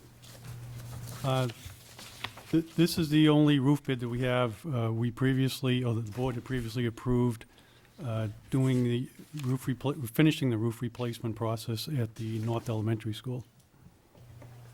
Okay, so that doesn't come here. Okay, I'm all set then. Paul? Chuck, have we had experience with this company before? Yes, this company has won the bid. I believe this is the 4th year in a row. Have done very nice work and have completed the projects on time. We expect to start on this right after school gets out at the end of June and completion about the 2nd week of August. And are we actually putting this on the old roof, or are we tearing up and then putting new? The old roof will be torn off. Any insulation needs to be replaced, will be, and then a new roof installed over it. And so this covers all of that? Yes. Good, thank you. Further questions? When they tear up that roof and they find other issues, do they absorb those costs if there's? I have a per square foot price for insulation replacement. An infrared scan was done on the roof, and there are just a couple of small areas. It'd be a small amount of money. So they know ahead of time Yes. what they're into? Yes, and this roof, just for information, comes with a 20-year non-prorated warranty and a 30 to 70-year expected life. Great. My point was that they won't find something and then come back to us. It's their issue. We typically find a couple of 100 feet of insulation needs to be replaced in the roofing projects at about 50 cents a square foot. Okay. But that's our cost. Yes. Okay. Good. See no further discussion. All in favor? Aye. Aye. Opposed? 5-0. Thank you, Chuck, for staying. The next item is policy JFCL, breathalyzer test, and this will be the first reading. Mr. Chair, the policies that we've got listed, 9.2 through 9.7, are either directly applicable to the breathalyzer test or in conjunction with. And I'd just like to review a couple of things with the board. We put together a packet. One part of the packet includes a constitution analysis of breathalyzer tests. The second part of the packet is a revision in the breathalyzer policy.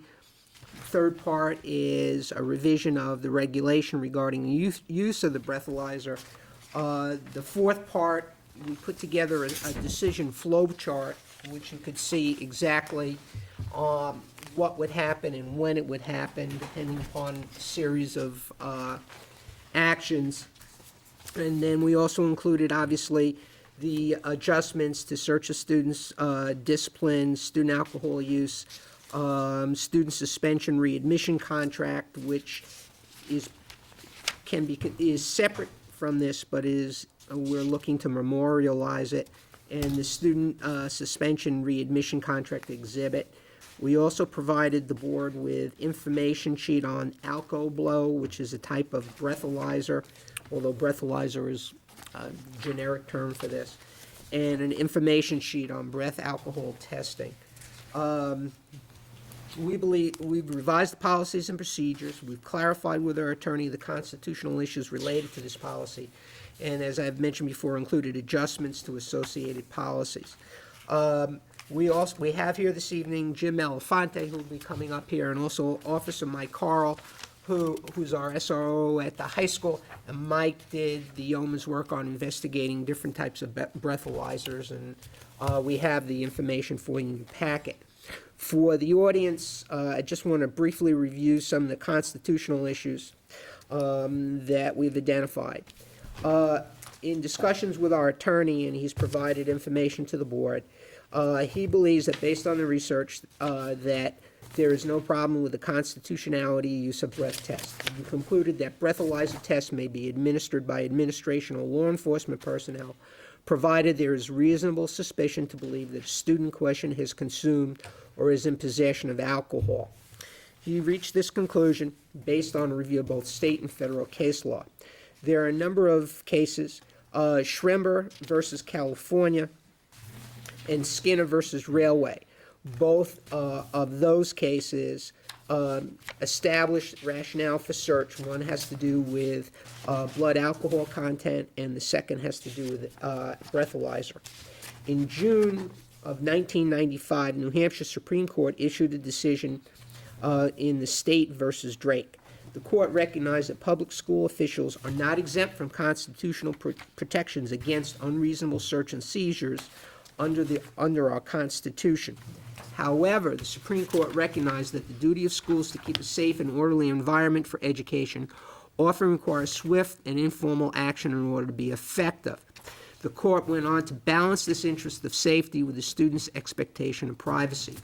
While the court recognized that most searches require probable cause, the court held that any deviation from the probable cause standards rests on balancing of the nature and quality of the intrusion on the individual's privacy interests against the importance of governmental interests alleged to justify the intrusion. In balancing the individual's expectations of privacy against the school district's interests, maintaining a safe and effective learning environment, the court held that a search of a student is appropriate where the school official has reasonable grounds to believe that the search will turn up evidence that the student has violated or is violating either the law or the rules of school. And that's buttressed by New Jersey versus TLO. In 1998, the New Hampshire Supreme Court had an opportunity to revisit the issue of searches of students by school administrators in the case of State versus Tinkham. The New Hampshire Supreme Court specifically held that a student may be searched while on school grounds if there is reasonable grounds to believe, suspicion that is, that the search will turn up evidence that the student has violated or is violating either the law or the rules of the school. The court recognized that public school officials need to be afforded greater flexibility than law enforcement officials when searching for contraband. Lastly, the court reasoned that school officials, unlike law enforcement officials, are charged with fostering a safe and healthy educational environment that facilitates learning and promotes responsible citizenship, and therefore a lesser standard was warranted. It is also important to note that the scope of the search must be tailored based on the contraband sought, as exemplified in State versus Tinkham. Accordingly, if the school official believes that the student has been consuming alcohol, any search must be reasonably tailored for the purposes of ascertaining whether, in fact, the alcohol has been consumed. As proposed, the use of breathalyzer tests to determine the consumption or possession of alcohol seems to meet the requirements of the law, and that such a search is reasonably tailored to detecting the presence of alcohol. That, in essence, gives you some basic foundry and basic background on breathalyzers, etc. We've made, and legal issues regarding, we've made some adjustments to policy JFCL, some wording changes, but in essence, the intent remains the same. We start off by saying the students that have consumed alcohol or in possession of alcohol pose a direct safety risk to themselves, staff, or other students. In order to ensure a safe environment for all students, staff, and the community at large, The school board authorizes trained district administrators and their designees to administer breathalyzer tests to district students. District administrators and the designees may administer a breathalyzer test to any student provided that there is reasonable suspicion the student has consumed alcohol. District administrators and their designees administering such tests shall be trained by competent professionals. Reasonable suspicion may be satisfied by conduct including but not limited to reports of alcohol use from other individuals, physical impairment, unusual behavior, bloodshot or glassy eyes, odor of alcoholic beverages, etc. In the event a district administrator or law enforcement personnel does administer a breathalyzer test, a report shall be prepared indicating the outcome, as well as those factors that form the basis for finding that a reasonable suspicion existed. Any student who refuses to take the breathalyzer test after reasonable suspicion has been formed and that student has been advised of the consequences of such a refusal may be disciplined as a level 3 offense.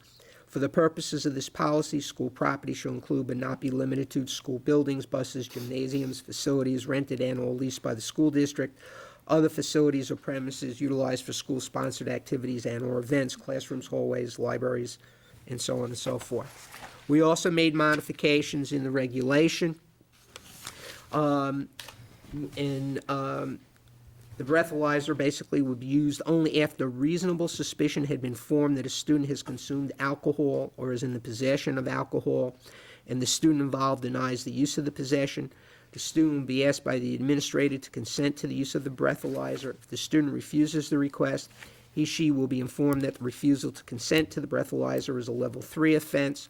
After being so informed, the student will be asked once again to consent to the breath test. Failure to consent with knowledge of the consequences shall result in imposition of discipline consistent with Londonderry School District's discipline policies relative to level 3. If the test results are positive and the student still denies use of possession, the student may be offered a second test that shall take place no less than 15 minutes after the first. If the initial test results are negative, the administration may choose to administer the test a second time, no less than 15 minutes after the first.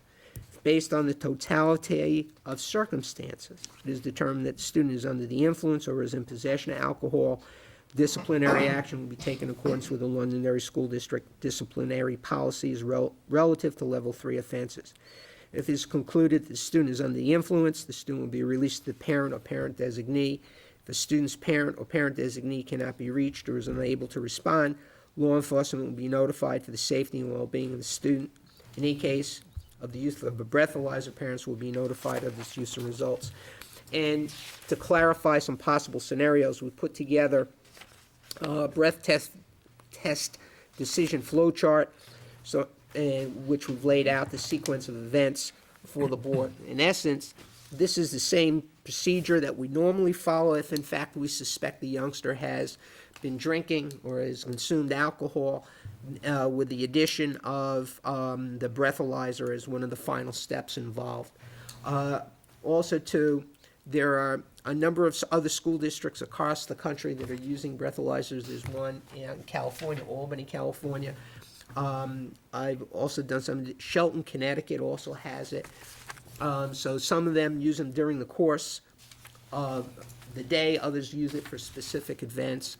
And there was one other notation. One company has sold approximately 2,000 breathalyzers to high schools across the country. So it's not like this is the only thing. Once again, what we're looking at here is something that we feel will be an additional tool that the school can use, and I also think an additional tool that the parent can use to reinforce the concepts of not drinking and coming to school. If you noticed also in the flow chart, and the board is aware of it, and there may be members of the community aware of it, what we've also instituted this year through our school community counselor, if we suspend a student or identify a student that has consumed alcohol or drugs, as a condition of coming back, there is a 6-session program that they have with our school community counselor. There's an initial analysis, there are a number of sessions, which includes the development of an action plan that goes along with it. And I included in your packet a copy of the contract and, in fact, the identification of the actions that that we take according to this. So that what we're trying to do is obviously take recognition of kids that may have come into school having consumed alcohol or drugs, but also at the same time not just a total punitive type of action, but also one that provides some corrective action too, but also it creates as safe an environment as possible. We do believe that this will be a valuable tool to be used in addition to what we have now. The test itself, if you look at the information on the alcohol blow, is very quick, requires calibration only once a year, and it can be used both in a passive capacity as well as an active capacity. So Jim's here, Mike's here, we'll be more than happy to respond to any questions. And I know we have several students that are here to speak to the issue tonight, and I'm sure they would like to be heard. Before, so there you go. Before I take questions from the board, the documentation that we have was provided in the press packets this Yes. evening.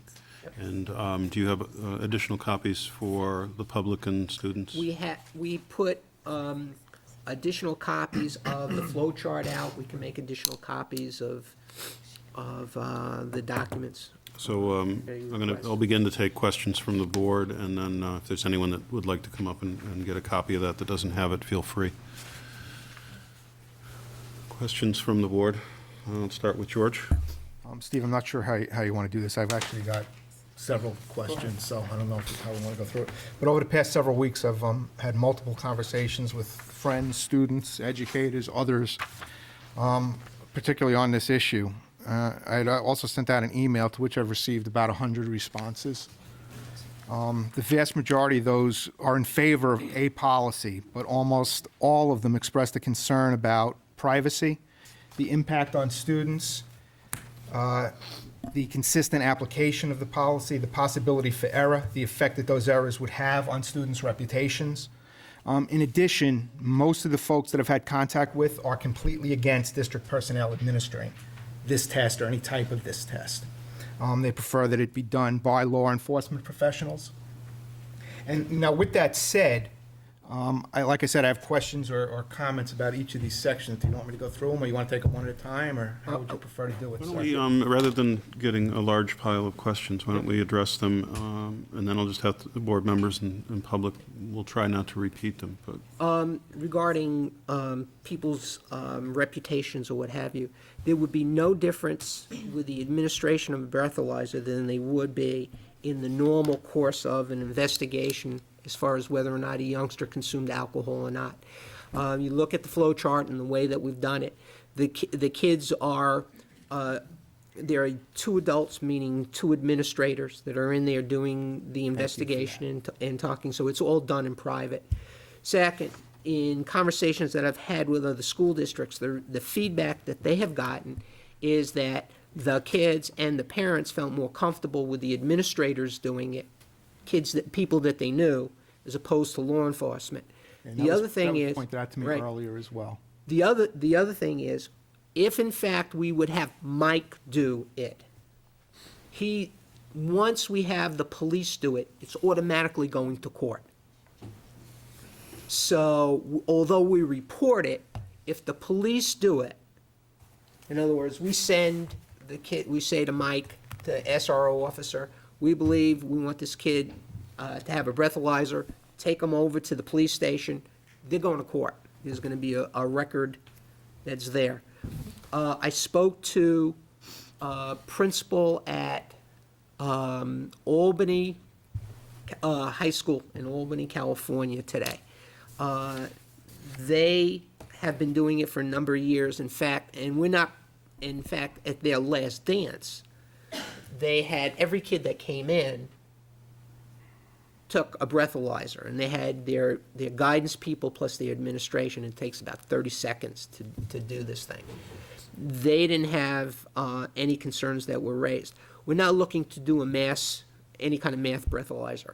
What we're looking to do is just add this as an additional component to investigation that we would do to make a determination as to whether or not we felt that the youngster had consumed alcohol or not. It's just an additional component of a compendium of behaviors that we would see that would assist us, I think, partly in directing a youngster in an appropriate direction, as well as creating a safer environment regarding it. So we just look at it as one additional component of an investigative process, if you will, that we use on a normal basis. Also, George, to go along with the difference between administration and the police, it would be saying that going with that theory, it'd be almost the same as if we had any suspicion, even if there was no breathalyzer, if we had suspicion that a child was in possession of drugs or a weapon or something. The administration does the initial and does the investigation. And I believe that students all over, in particular Londonderry High School, would much prefer that the administration does the investigation, because sometimes you even say to the student, "Would you like me to do it, or do you want me to call the police?" And they go, "No, you guys, don't call the police. You guys do it." So I think it is a better protection for the kids that the administration is involved with it, and it's no different than if we suspected a kid may have had something in his backpack. We don't call the police in initially or at any time to do that search for us. And something you said, Nate, I wanted to comment on. I happen to think that all makes a lot of sense, and I did some research and also found at the schools that the kids were very comfortable with administrators taking care of this. And so I'm supportive of that part of this, but did have a conversation myself with the chief, and he actually said something different to me than what you're reporting, that the law enforcement officials could conduct the test, and it didn't necessarily mean there would be arrest or a court date, that there was lots of room for discretion in that process. If we send the kid over to the police station for a breathalyzer over there, they're going to wind up with a record. Now, there's one SRO officer. There's a principal and 4 assistant principals over at the high school. From what I understand, the administration of this is really very simple. This is not a difficult thing to do. And from a kid's perspective, I think it would be less intrusive if they agreed to take the breathalyzer and Jim or Art or Judy or Mo they took it with them, blowing into this thing, as opposed to Mike Coral doing it or any other police officer. It seems to me it expedites the process. I think one of the steps you have to do is, it's not that different than us opening up a backpack and saying, "We suspect you have a bottle in there. I want to be able to look. I want to look inside your backpack and look at it to see if, in fact, you have a bottle in there." This is just an additional tool that can be used. And actually, it's no different, except it's less intrusive, I think, than saying to the student, "I think you may have been drinking. Let me smell your breath." Okay? And, we know that with some alcohol, you can't smell anything. With the breathalyzer, you can do that, but we go through that process anyway with the student.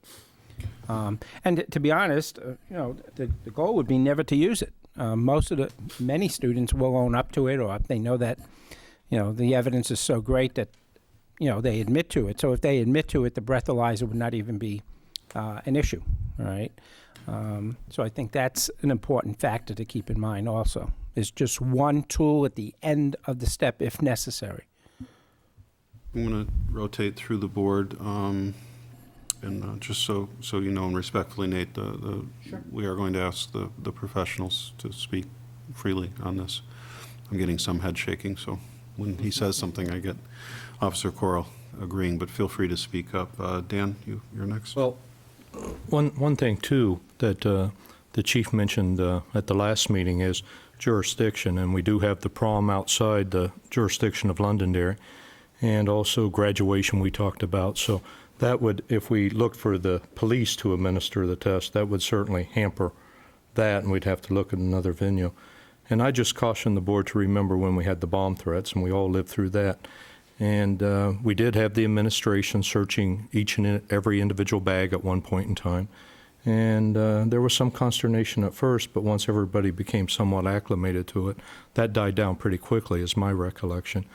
Currently, if we have suspicion of lockers, we do search lockers.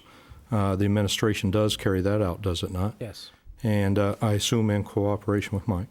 And I know that if in fact we do find something, I do appreciate that we handle it, and if it needs to be escalated to a higher authority, then we certainly do that as well. But so originally I agreed with the comments that you received, George, relative to I'd rather see the police do it, but after giving due consideration to the chief's comments relative to jurisdiction and some of the past practices that we've done and some of the drug analysis or some of the drug investigations we do, and your comments, Jim, relative to we're not going to arbitrarily administer breathalyzers. It's looking at this flow chart has certainly clarified it a little bit better for me, that a lot of the students, if you do find them suspicious of having alcohol, they admit it to you.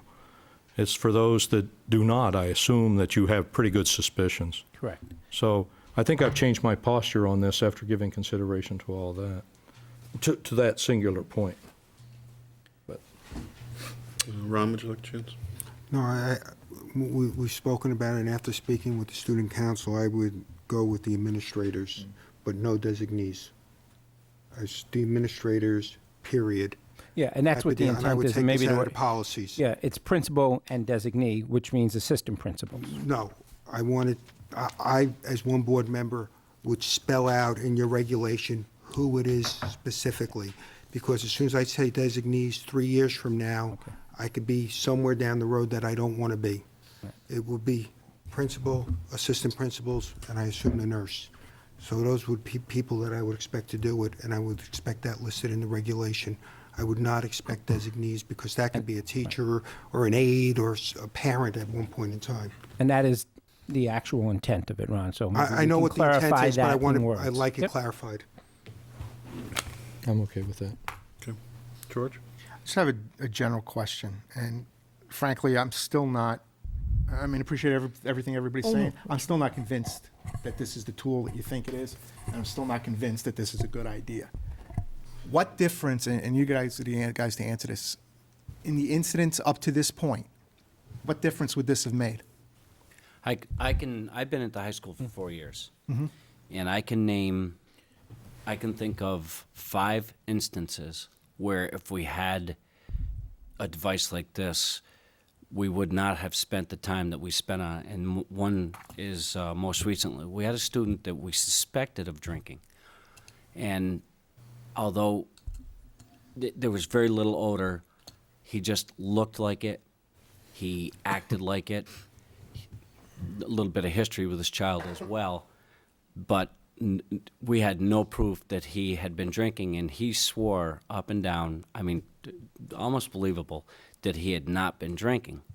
Well, he had not been drinking just prior to him coming into one of the assistant principal's offices. He had been drinking from the night before, and he was brought to school by a parent. She realized something was wrong with him. She brought him home. He elected to come back to school. So he came back to school. And his answers to our questions were, he was being honest. He had not been drinking just before he came in. He had started drinking at 10 o'clock the night before, drank until about 3, and had consumed enough alcohol that when he was brought before us at 9:30 the next morning, he was still intoxicated, but we could not tell. He was ordered by his JPPO to be brought to the station, and they did a urine test right at the station. We spent at least 2.5, almost 3 hours with this kid, where if we had a device such as the AlcoBlow or any other breath testing device, we would have had our answer within 3 to 5 minutes. That would have required the student to consent, correct? That student would have had to say to you, yes, I'll take the test. Is that not how this policy That's is the way written? it's written. That's Yes. correct. So you say you've got, I mean, would the student have said sure? Or would he have just still continued to deny it? He probably wouldn't. I don't know what he would have No, done. I understand that. I think I that- understand that. I think you in his can't- mind, he thought it was okay. Yeah. But the test result came back, he was a Mhm. .13 in high school. Yeah, I mean, there's no doubt that that's a problem. It's just And frankly, if the I child was still- not drinking, he Mhm. would have consented. You know, if it was the truth, he would have consented. In this particular case, it's not the time. I guess we're willing to put in as much time as it takes. If this student didn't have a juvenile officer or a probation officer who ordered the testing, we would have not been able to know or prove that this student was under the influence. We were fairly and sure. if we could, Mhm. you know, if we could, if we can, before you put a kid out there or put a kid on a road, or where you can get a kid into a into a drug program, I think that's the important thing. This is a very proactive way of trying to, minimize the error. And it also could be a deterrent. Barbara mentioned before, since this has come up, we've done a lot of talking to kids. Barbara's been in classes. I've gone into civics classes. I've gone into freshman classes that are talking about rights and responsibilities. I know Mr. Campo met with the student council, and believe it or not, students, and I'm not saying 100% of the students, but students support the policy, and students support the administration enacting the policy, and not the police. And parents, for the most part, whether it was the PTA meetings or parent meetings that we go to or phone calls that I get, they are supportive of it, because I think we, as a community, recognize that teenage drinking is a problem in every community in the United States and anywhere. And if it's a community problem, it's a school problem. Right. And I think this is a proactive thing. As you know, I've been in this administrative business for 25 years. I live in this community. I have students in the school. And I probably know 98% of the kids. And I feel a responsibility as the principal. And that's why I support this policy. And I think that it's time that Londonderry took the lead. Maybe in New Hampshire, although not the lead in this country, because there are a lot of school districts that do it. And it is not three things. It is not every kid who enters the school, or every kid who enters a dance, or every kid who enters a basketball game is going to get breathalyzed. It is not every fourth kid, which is random. And it's not stereotyping kids. Well, Joe looks like he may be someone who drinks, and Susie looks like she doesn't drink. That's not what it is. It is a last step when we want to assure that we are doing everything we can to, number one, deter kids from drinking and coming to school, and also to make sure that they are safe in school. And as a parent, I would want to know if my student was involved, and I'd rather catch him at school than catch him on the roads. So I think it's a good thing for this district to do. Another point I'd like to make, gentlemen, is in order for me to conduct a search, I have to have probable cause. In order for an administrator in the school function to conduct a search, he just has to have mere suspicion. Once they involve me or any other officer, say it's the officer at the dance, once that officer has been brought into the situation by an administrator, then their level reaches ours, because they become an instant agent of the state. So then to conduct a search, they have to have probable cause, which is, in that setting, is very, very difficult. That's the one point I wanted to make with having the administrators do these tests. The other thing is, I spent a lot of time. I'm sorry, Mike, I don't mean to interrupt, but when you say conduct a search, in your case, that's defined as accessing someone's breath. That's correct. I have to have probable. In Mike Corral's case. Right. Yes, I have to build probable cause So conduct a search, it doesn't mean that you go to their locker or you go to their car or that you open their bag, but you take their breath. Even a search of their personal person, that's correct. Right, thank you. You can, actually, I was going to let him continue. There's a, as the court cases have stated, there's a difference between reasonable and probable. The courts have given the schools greater latitude in addressing this issue, whether it's looking in a locker or doing this. Term reasonable. In other words, you believe, based on behavior, what have you, that the youngster has been drinking. Probable is a higher level of definition, which is what Mike has to operate on. And I believe I'm correct. For instance, if we directed Mike to locker and said, we want you to look at that locker because we believe there's alcohol in there. Mike does it, and he doesn't find alcohol, but he finds something else, then that taints that search. Whereas if Jim opened it up looking for a bottle of alcohol and there was marijuana in there, or God forbid, a weapon, then that can then be turned over to police for work. Whereas if Mike found it, he was, just like with a search warrant, you're looking for a particular thing based on probable cause. We are very careful not to have Mike involved in any of our investigations until the investigation is done, unless it was imminent danger. And then obviously we'd have a police officer involved right from the very beginning. For all the reasons that the superintendent talked about and Mike talked about earlier. And I guess the one point I want to clarify is, and to buttress what Jim had said, this would be at the end of the line of a process that we go through, not on a daily basis, but on a regular basis, if in fact we suspect the youngster has consumed alcohol, and it's specifically sent out. This is just one additional thing at the end.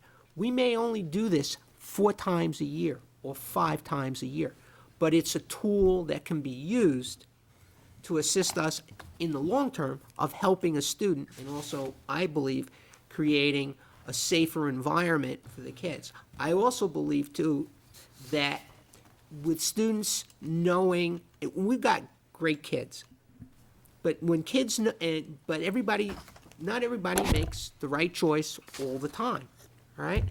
And I think the fact that if parents know that this is available for us to check, and kids know that even if it only decreases the probability 2%, 5%, 10%, that kids will drink before they come to a dance, or kids will drink before they come to school, to me, that's worth the investment. So part of it is, I look at it as being preventative as well as investigative, as part of the issue. I think, I don't know if you, I know that we have. I'm going to go there. Let me just wrap up. I'm going to come back to the board.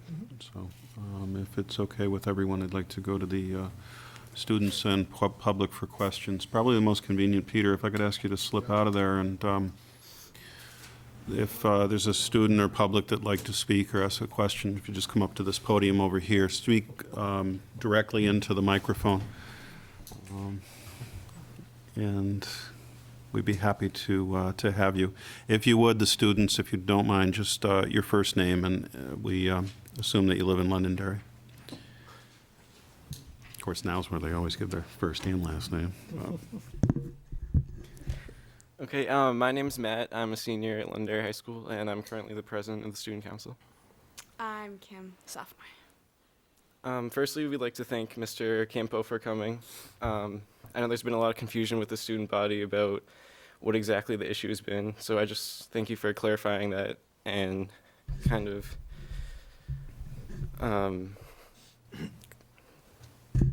taking it away from like the media blitz and just presenting what it actually is. Essentially why I'm here is because I feel that the student body was misrepresented by students who came during the last meeting and spoke out against the policy. I feel that students who are against the policy don't understand the magnitude of the problem and are only concerned with kind of their rights being infringed upon, which is kind of a flaw with the system, but it's at the point where something does absolutely need to be done. And I think in this case, certain little flaws need to be overlooked in the grand scheme of things so that the student body in total is ensured a safe environment with each school function. During each school function, like a dance, football game, the organization that is responsible for it has responsibility to the students in attendance and to the parents of the students that they will be presented with a safe environment, and I feel this policy will absolutely help with that.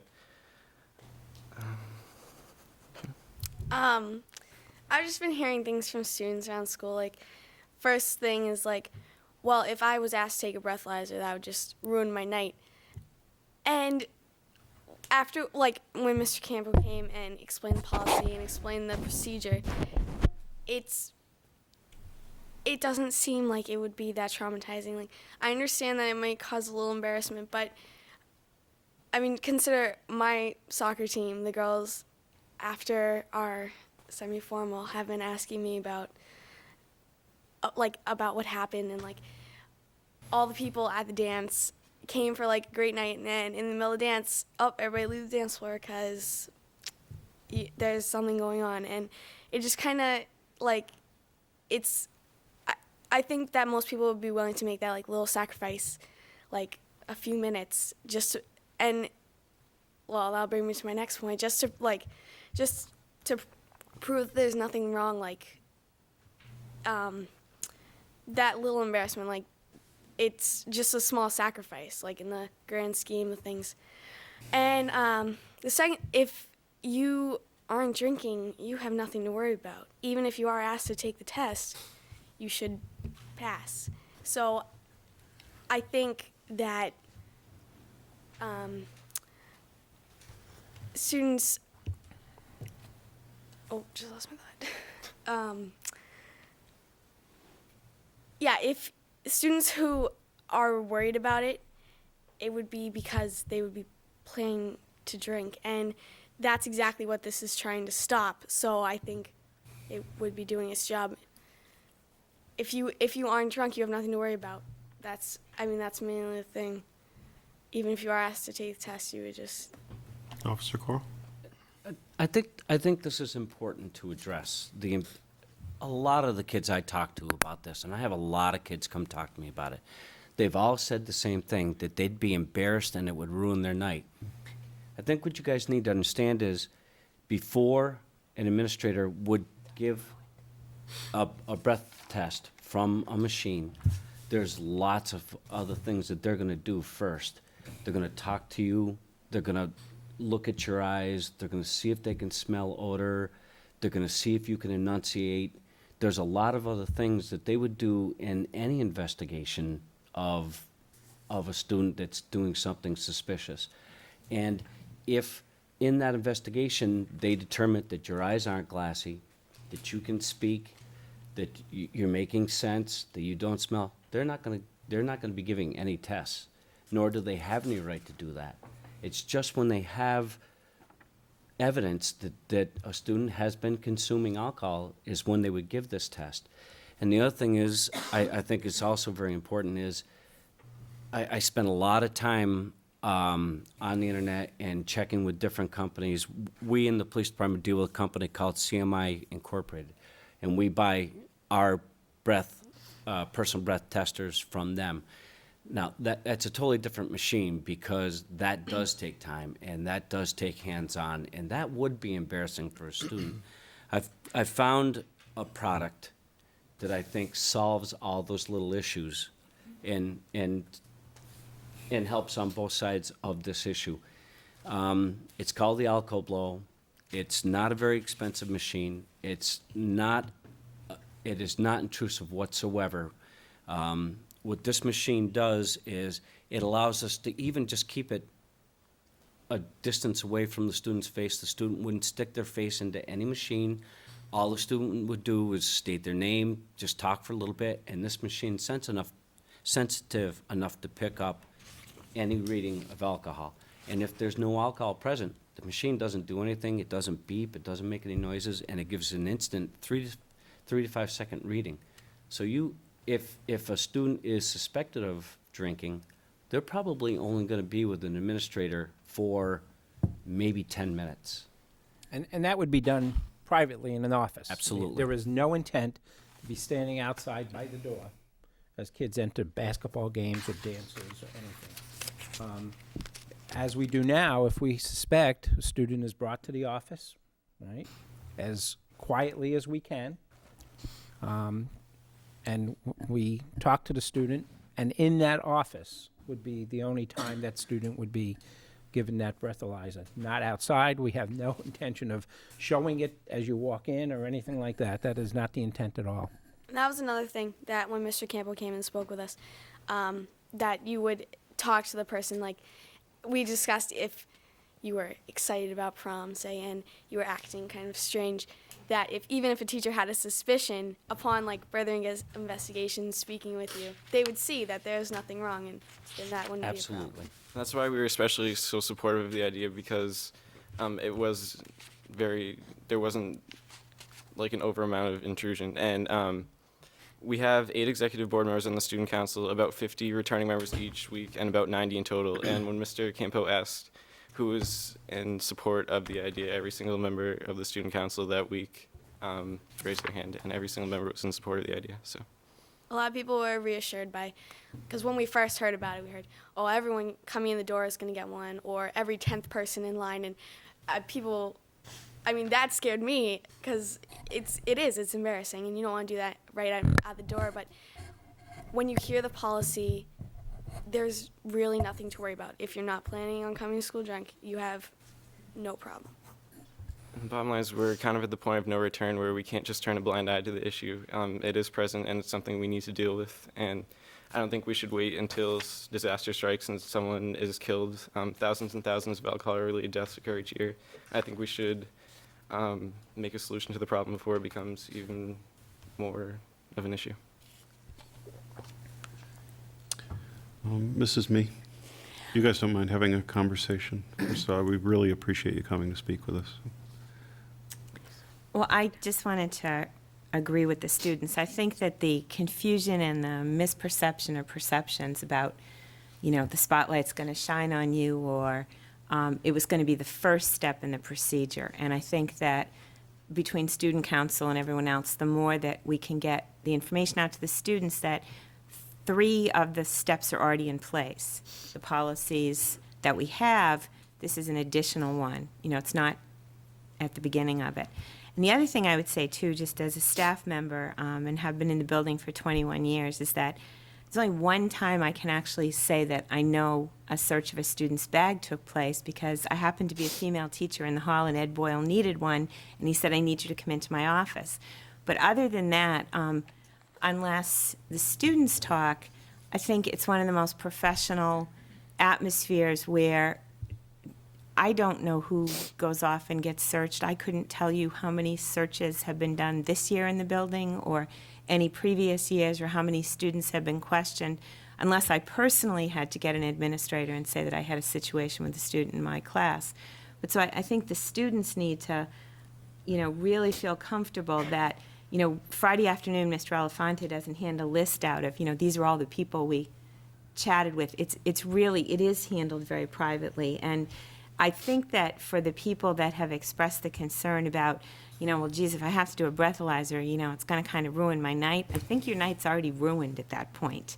You've been through, the student would have been through the process, and then this is that option on the flow chart. Again, I think there was almost the idea that it was going to be like your Southwest Airlines ticket. If it happened to have the right code on it, as you got to the door, they're going to whisk you off. So, with the clarification. And I had heard that you went overrun, and I thought that was really a good thing, because, again, it was a good body of students to hear it and get the information out. I have to admit, I was impressed. I came over to learn from the students. And when I spoke to Flora, my concept was they were going to be against it.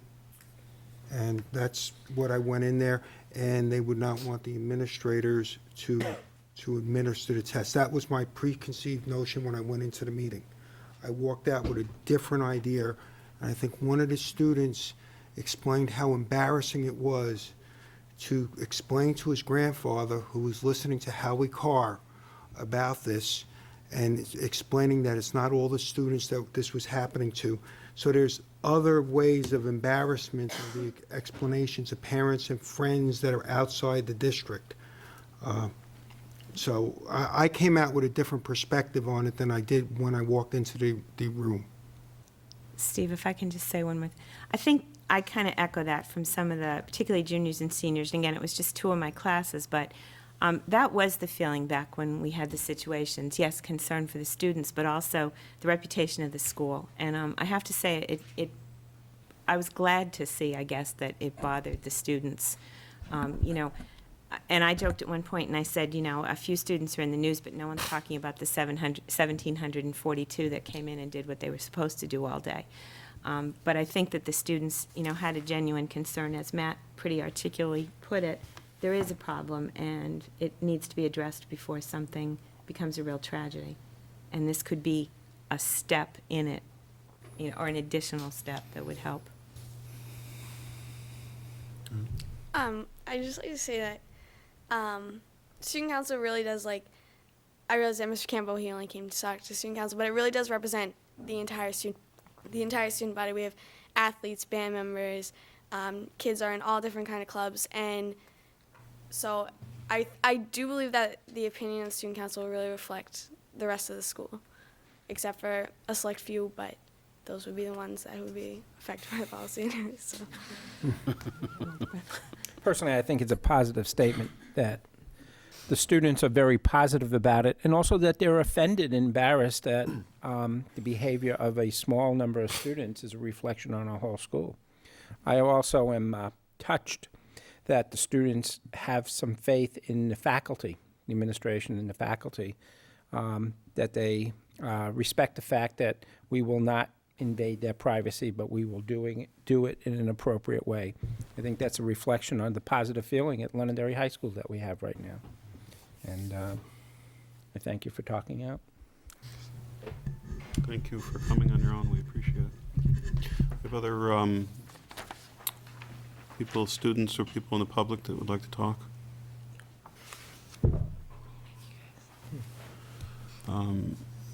Would you like to say anything, Whitney, before I bring it back to the board? You don't need to. I didn't mean to put you on the spot. Nothing more than you've said. Just want to thank Mr. Campo. It really helped that he came. Other questions from the board? Paul? I just want to emphasize something Nate said, that this is not a novel idea.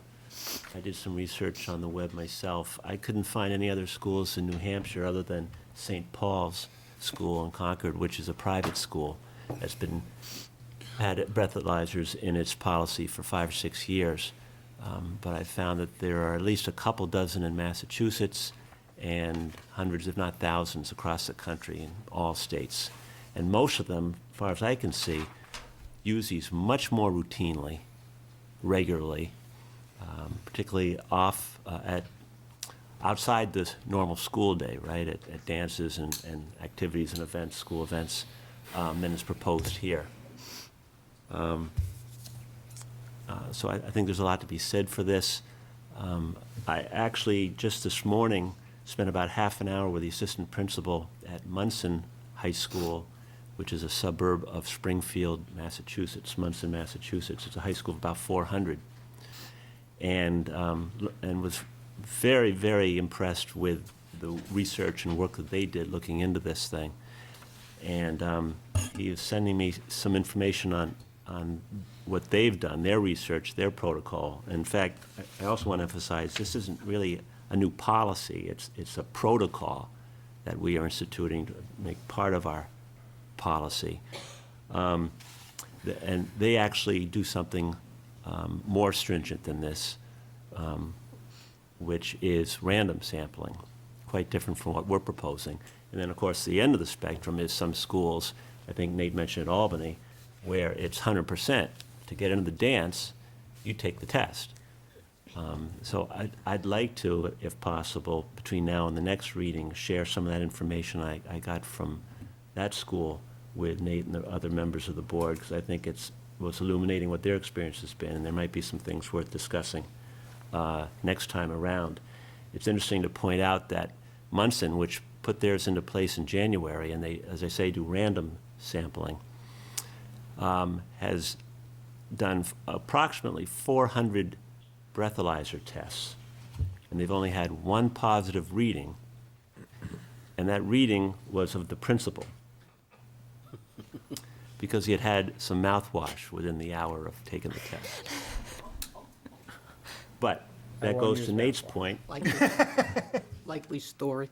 That goes to Nate's point about why you retest after 15 or 20 minutes, because mouthwash isn't something that goes into your bloodstream. You don't swallow it. It's in your mouth, and it dissipates pretty quickly. So, thank you. Thank you. Yes. First, let me just Adriana Cox, 5 minutes, 1 cycle. Thanks. And also our budget committee representative that always comes. House Brad. I have 2 youngsters who are pretty far from making a decision about a breathalyzer test or even consuming alcohol, I hope. 7 and 4. However, I do have several friends that have children of high school age, and I've heard these discussions this evening, but I think it would be an injustice, doing them an injustice if I didn't at least raise the issues that they spoke to me about, even though now after hearing some of the, the issues between why an administrator versus an SRO officer, I could certainly take this information back to them. But I did mock up the flow chart that Nate prepared to reflect a little bit of what their opinions were. The first being the one adult and the SRO officer interviewing the student. No. Go ahead. It's 2 adults. 2 adults. No, I think this is. They would A prefer modification. one adult and, I mean, and the yeah, SRO. I let- actually didn't make enough copies because I have red in my printer. So it kind of just brings the SRO officer in a little bit sooner than later, and it also just shows if there's a negative response, what that an incident report would need to be completed, whether positive or negative. And their opinion was, as parents, that an SRO officer would be a little bit show more consistency because it's the same person all the time, and it's also representative of the law enforcement agency.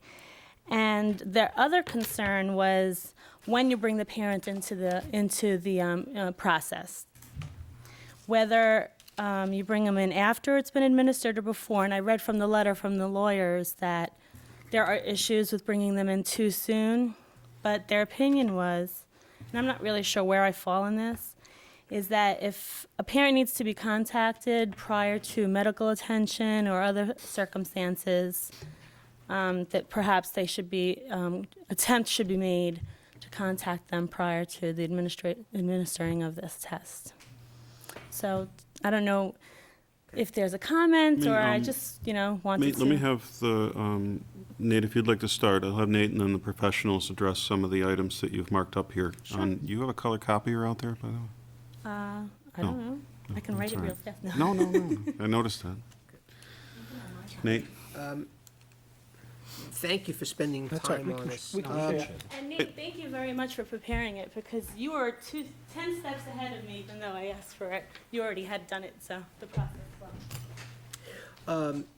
What, with the exception of the administration of the breathalyzer, what you see here is the process and procedure that we have in place now. I think for consistency with the students, on step 3, instead of one adult, meaning either principal or assistant principal of the SRO, I think we're better off having the 2 adults, meaning either the principal and the assistant principal, as opposed to the SRO administering it. We conduct this investigation the same way we conduct all investigations. Once we go through, we then notify the parent what's going on. If, in fact, parent works in Boston and we're in the process of doing a normal investigation. I don't think it's appropriate for us to wait 2 hours to continue that investigation while we're going. It's our responsibility to notify the parent that, in fact, there was a problem, we did the investigation, here's what we found, this is what our decision is as far as discipline or no discipline is concerned on it. And I think the advice from our attorney, and it was, I think, clear, very well taken, about, in essence, not calling up the parent and asking for permission to do it. The youngster has the right to say no. They don't want to do it, and we won't do it. And if it's negative, then there is really no reason to make a report to the SRO. We have a report to the SRO and superintendent because that's the procedure we have to follow. I have to be notified if, in fact, there is drug, alcohol, weapons, or suspension. If it's anything that is involved drugs or alcohol, we're then required to notify the police department. In our case, it's SRO. Up until that point, it's generally an internal investigation. I think talking about comfort level of students and so forth, I think the comfort level for students and the ability to get information initially is easier if, in fact, it's the school administrators that are doing the investigation as opposed to, let's say, Jim and Mike, although there are occasions where that will happen in a specific instance. Also, the SRO is in school during the school day, but in any after-school activities, whether it's a dance or a football game, the SRO isn't necessarily there. It could be just a patrolman who the kids don't know at all and who obviously may not even know the kids. So, the SRO works during the school day, not necessarily at any after-school events or dances and stuff like that. And a couple of things. During the interview, if you bring the SRO in, or any officer in too early, then you fall into this probable cause thing. And with the loss of time, not that we're trying to nail every kid that goes in there, but with loss of time, you're losing valuable evidence that this kid may have a problem, that this kid has been drinking. So time is pretty much of the essence here to find out if the kid has been consuming alcohol or not. The other thing is, not that I'm going to say anything bad about my brothers in uniform here, but if you have an officer at a function who does not deal well with kids or doesn't have kids or doesn't understand the workings over there, he does have the right to supersede the administration if he thinks a crime has been committed. I mean, by law, he can take that place over. If you have a kid that has been drinking and that kid's allowed to deal with the people who he or she trusts, that being the administrators, you're more likely to get a confession from the kid saying, yeah, I had a couple beers on the way in.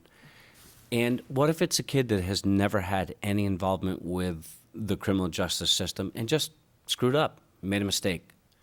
Peer pressure. Other kids in the car had a beer and said, come on, you big sissy. And he takes a drink of this beer. Now you throw an officer in there who's might be a little bit aggressive, wants to step in and say, well, you know what? He's been drinking. He's going. He has the right to do it. I think the idea here is not to whitewash the law and not to circumvent the law, but I mean, the administrators know every one of these kids, every single one. They know who the troublemakers are. They know who the kids are in trouble. And they also know who all the good kids are. And I think if you in your policy have an officer always involved in all these different levels, you could be putting a kid through a system that doesn't need to go through the system. May need a little help because he got pushed into drinking a beer or may have a definite problem. We don't know, but I don't think every kid needs to go through the criminal justice system. I think there are some kids that I mean, we were all kids. We made mistakes. So, I mean, the flow chart, the original flow chart that Nate and Matt and Jim and I discussed, I think serves the overall purpose of the breathalyzer and the breath test policy. Is let's get the kid that's been drinking that comes to a function and deal with it. And if it's a kid that's on probation or parole, then it's a moot point anyways, because JPPOs are going to be involved and that kid's going back to court, and maybe should. Mike, when, to address one item on this flow chart, we have dinners with the band and athletic groups at the Yard restaurant, which is actually in Manchester. And we also have the prom located in a different town, and our graduations now up at the Verizon Center. Are you allowed to go to those events? I can go to the event, but I have no jurisdiction in Wyndham. I do at the Yard restaurant, because it's half of it's in Londonderry, half it's in Manchester, so. And we just drag them through the door and we're all set. Okay. The Verizon, I have no jurisdiction, nor does any other Londonderry police officer. So, for me to. So you would just be another person I'd at be a those civilian. venues? He attends as a chaperone and not as a police officer. Okay. Other questions from the board? Paul? I'll ask a couple quick ones. Jim, what is the minimum discipline for a student who is believed to have been? Internal possession is a 5-day out-of-school suspension for the first offense. Possession of alcohol in school would be a 10-day suspension out of school for the first offense. And again, we're not. Internal possession is, not having alcohol on you, but consuming alcohol or had consumed alcohol. Okay. And we're not proposing any change to that. We're just proposing better ways of identifying the situation. And to bring up the issue with the patrol officers and stuff like that, as we all know, it's not, anything that we're not to talk about, but we had the issue with the semi-formal dance. Even though it was a sad issue and it was heart-wrenching, the positive thing was that every parent of every child at that dance actually thanked the administration for the way they handled it. And every child was suspended from school, but every parent thanked the administration for the way they handled the situation. And that's really because we know the kids and we know the families. And I think by taking it out of the administration's hands, you do not get that. And I think that's an important factor. And the second thing I wanted to ask was, Nate, in the breathalyzer policy, it has a footnote that defines what a breathalyzer includes. Right. Now, that's important with respect to what an authorized trained administrator or their designee would use to conduct the test. Right. We put the footnote in because breathalyzer has become a term that covers all these breath devices. So rather than use breath test, we use the term breathalyzer, and then we note it on the bottom because alco blow, which is one of the items that Mike looked at in the packet of information, it's called an alco blow, not a breathalyzer, which is a brand name. So, Right. I think, I assume everybody should understand, since intoxilizers is one of the items mentioned, Right. there's no intent to train administrators on the use of that. no. So the key word here is trained, that administrators will be trained for a particular kind of simple device. And give me an example. One of the schools I spoke to, they received their breathalyzer. They got a CD-ROM training device. They put the CD-ROM in the computer, they go through the information, they take the test, like you've seen it, and if they complete the test and they get a passing grade, it prints out a certificate for them. We're looking at doing more training than that, but that's kind of like in service to go. The idea here would be if in fact we purchase from the company, we'd want them to come in and train. But this is not a device that requires a significant amount of training, and that's one of the things that we asked Mike to look at. As a matter of fact, the Alco Blow, as opposed to the ST5 or ST2 that we use, the Alco Blow, like I said, will give you a result in 2 to 5 seconds. The machine can be used in a passive or active manner, active being within a short distance of the subject's face and just having the subject talk. That's all this machine needs, is ask the child his name and, where have you been tonight, and that's all the machine needs. And it gives 3 readings. It doesn't give a numeral reading. It gives 3 readings of green, yellow, and red, and it's within 3 to 5 seconds. Green means there's no alcohol present at all. Yellow means there's some alcohol, and the red means there's a significant amount of alcohol. So, and this machine is specifically meant for a no tolerance policy, and originally was built and made at the request of schools. I spoke to the salesman at length, and he said that the machine is so simple to use. They send an instruction manual, and the only thing that they request or that they encourage is that you keep good records of it being used, when it's been used, and who used it. They're even going to send one. They're going to send one to demonstrate to the board and anybody else who wants to see how this thing works. I should have that in a couple of weeks. But it just seems to me, as opposed to, when we're using them to base, it's a final base for an arrest. This thing, I think, is used just to see if alcohol is there. We don't know how much, but it's there. And what I've been told. Well, let me let Paul finish up. Yeah, this is the last thing, is as you bear out, this really isn't much more difficult to use than a flashlight. And nevertheless, and kind of in keeping with Ron's comments tonight and in the past about doing this right, there's no question that there are going to be concerns in the community about, well, are we still using it properly and keeping the records, and are the right people trained?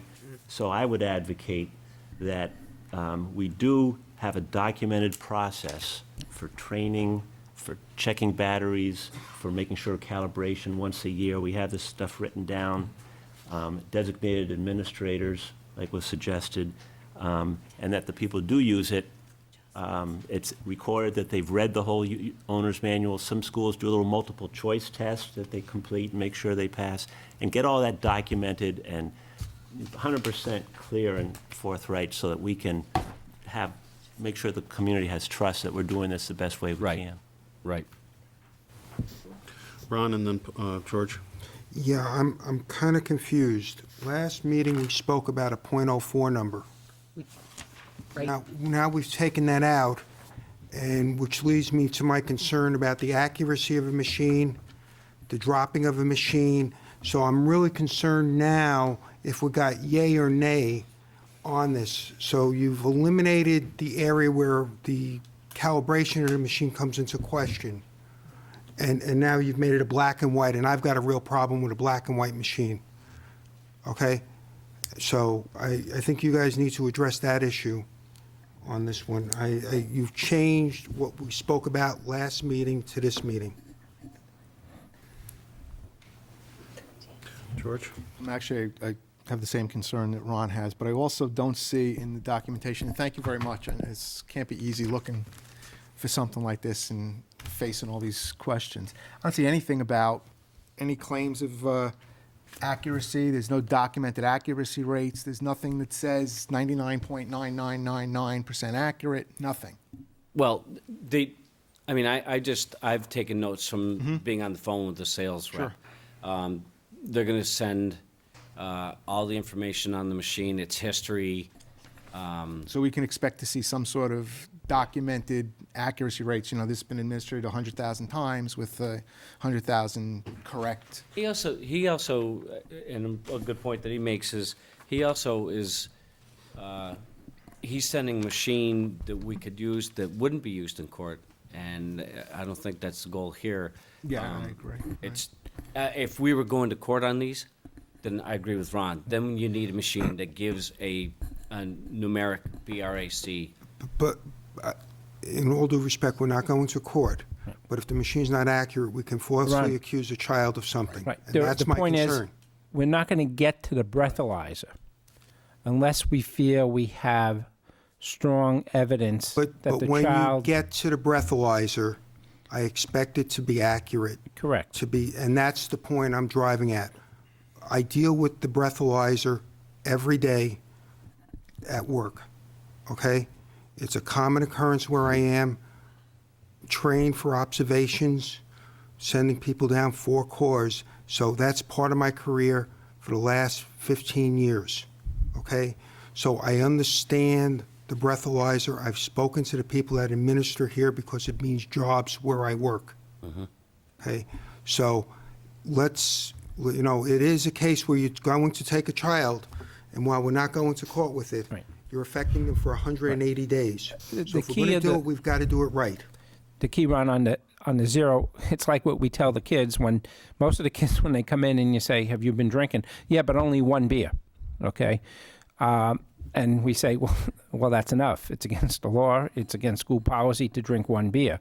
Now, a kid who drinks 1 beer may not register intoxicated on a system of looking for certain intoxication.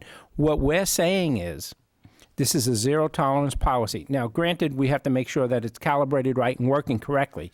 But if they register that they've had alcohol, and we have the other evidence that they've had alcohol, that means that they've had alcohol. It doesn't matter if they drank 1 beer or they had a case of beer. Jim, you came in last week and used the .04 number. That was your number. It was discussed last week at .04. There was a tolerance number in there. It was tolerance number. Right. Yeah, I believe it was a point. So I'm just going, .02. You used the number. I didn't, and I wanted to get the clarification on that, and that's where I want to be. However, I think the reason why, and we spoke to Matt at length about this, the reason why we're trying to get away from that is if you put a .02 on the policy, and what if the kid's a .014? So it's okay to drink What a do you little. do? Right. That was the question last year, last Yeah, week. zero tolerance, it's zero tolerance. Well, but the answer is now, Wasn't what here- about the accuracy of the machine? Right. And the care of the machine? Right. And I think that's a legitimate question. I think one of the things we ought to find is what the range is for yellow and green, whatever, and the information on the accuracy of the machine. So, And this policy doesn't indicate any particular brand. No. What we wanted to do was find something that was, and Mike did a great job, find something that was easy to administer, something that's reliable, and something that would give us, and this was to a great degree, response to some of the comments the board members had made, was something that would give us an idea as to whether or not the kid had consumed any kind of alcohol or not. Because it didn't want to be in a position where we were setting it at a given number and the kid didn't register that number, but it still was an indication to us that the youngster had consumed alcohol or what have you. But Ron's point is well taken. We want to make sure that the instruments are reliable, and what the range is, and we can certainly do that. That's not an issue at all for us to do that. And what we try to do is, as we made some other adjustments in the procedures and so on based on some comments the board made, we also made that adjustment there too. So, because I thought it was a valuable one to put. I have a final question for consideration between now and the next meeting. If we follow the flow chart to the point where if you have a positive, at which point you then notify the parents and start in the discipline process. My question is, at what point do you escort the children to a safe facility or keep them safe until they're at a level where they would be. This evening you mentioned a student at a .13, or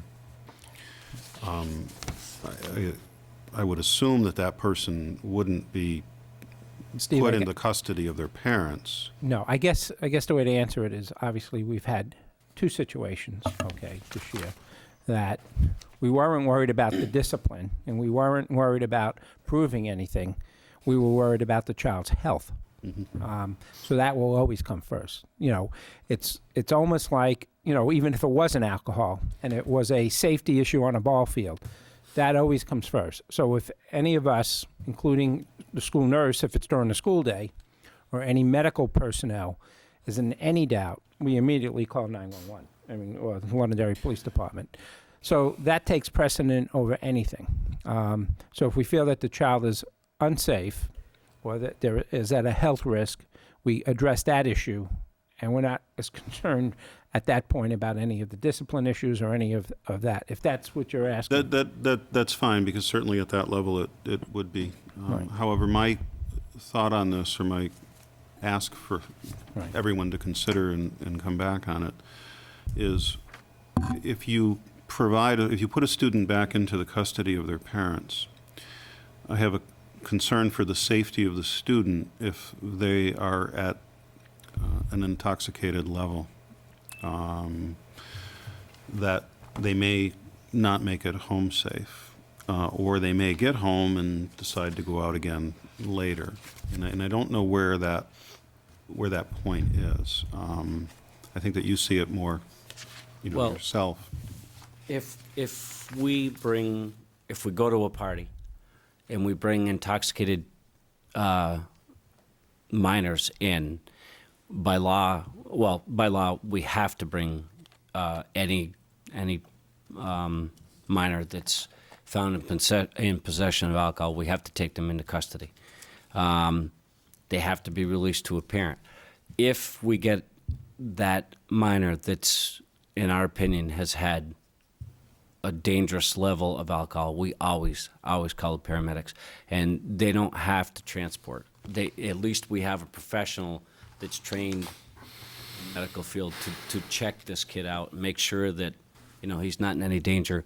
But there's nothing the law says that we can keep that child once the parents arrive, unless there's an issue of abuse. If there's an issue of abuse, that's a totally different In one of the circumstance. situations, the child was not in imminent danger, but we had the paramedics and the parents together go to the hospital because we were concerned that the child had done too much drinking. So it is a judgment call, but we always we would err at the side of safety rather than the other way. And parents at those stages are very cooperative, obviously.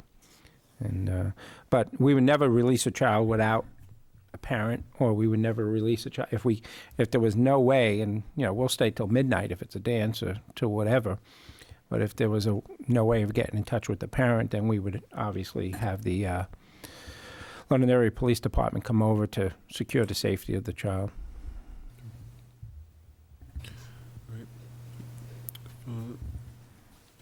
One would like, go ahead, Ron. I guess the question I have is, how do you want to handle additional comments you have on the policy itself? I have no problem making a motion and approving it for the first reading, but I have additional comments that I'd like to have the board listen to on some of the wording in here. Unfortunately, I thought that we had had some conversations. I don't think it would be appropriate to provide them to the superintendent, since this would be a first reading. Right, I'm talking about, so I'm willing to talk about it right now. Go ahead. Okay. Again, we spoke about district administration and designees.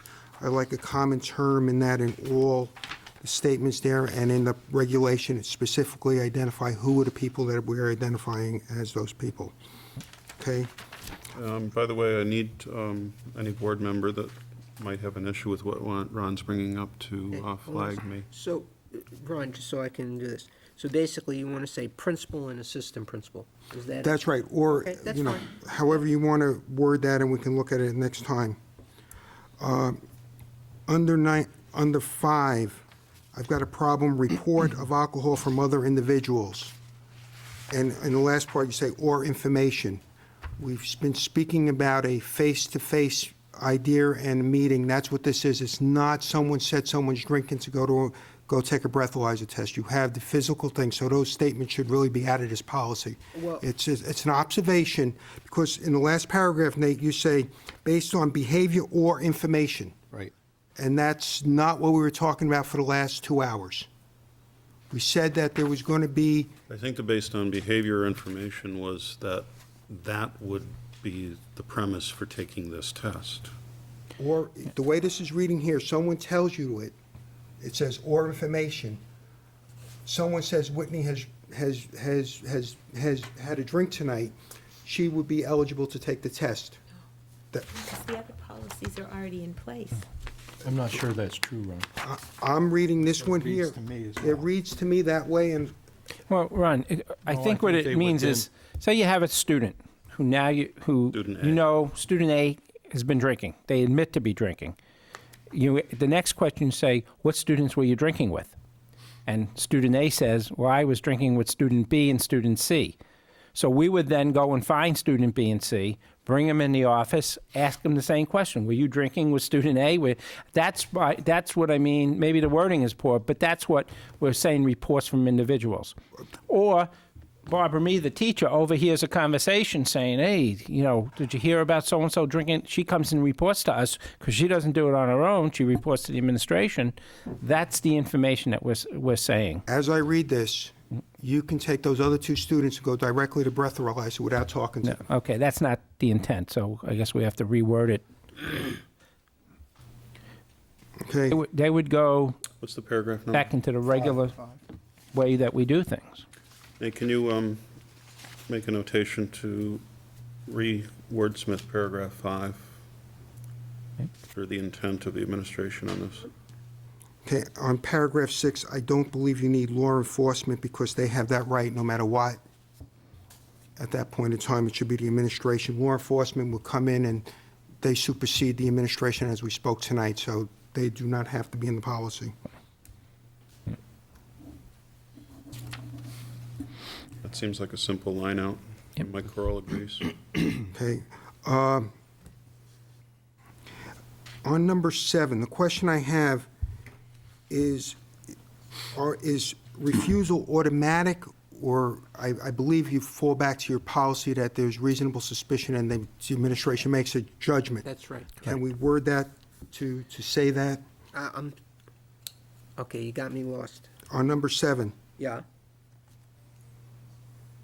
We wouldn't ask the youngster to take the breathalyzer unless we had reasonable suspicion that the youngster had been drinking. So under existing policy, we would wind up making that a level 3 offense. What we're saying is, we have enough information based on your behavior and the way I see you operating, that you have been drinking alcohol. You have an option here of taking a breathalyzer, in essence, to prove me wrong.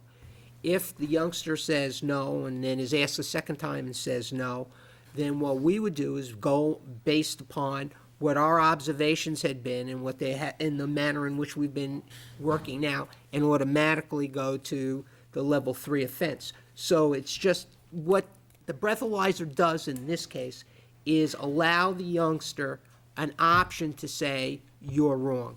right. And as I read that paragraph 7, and I go to the 3rd paragraph on your regulation, they should agree in the wording on that. Because this one here says that I would use the same wording there. Okay, What I'm saying is, when you say is, after reasonable suspicion has been formed, the student has been advised. I put that wording in the regulation. They're different. I'm sorry, Ron, I missed that. What you're saying here is, if the student refuses the request, he and Right. she will be informed that refusal to consent to the breathalyzer is a level 3 offense. Okay? What, in your previous paragraph, you used the Right, but words. if you go to the But we paragraph say- ahead of it, it says the breathalyzer will be used only after reasonable suspicion has been formed. And then- The procedure is a And step by right. step. And in 7, it says, on the policy, student has been advised of the consequences of such refusal. And then what we try to do is get more specific in the regulation. See, the regulation is a step by step, except for the opening What we wanted to show paragraph. here was the policy basically saying, here's what the consequences are, and then in the regulation, walking you through step by step, which I think was a request that the board had Yep. last time. Okay, I see what you're saying, I missed that. That's fine. Okay, no problem. And on the regulation in paragraph 1, 2, 3, 4, that may should be a shall.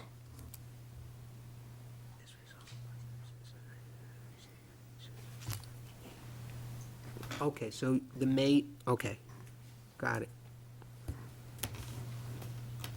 Paragraph 4.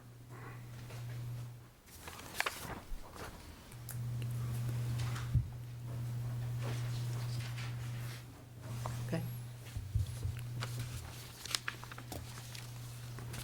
It simply doesn't make it optional.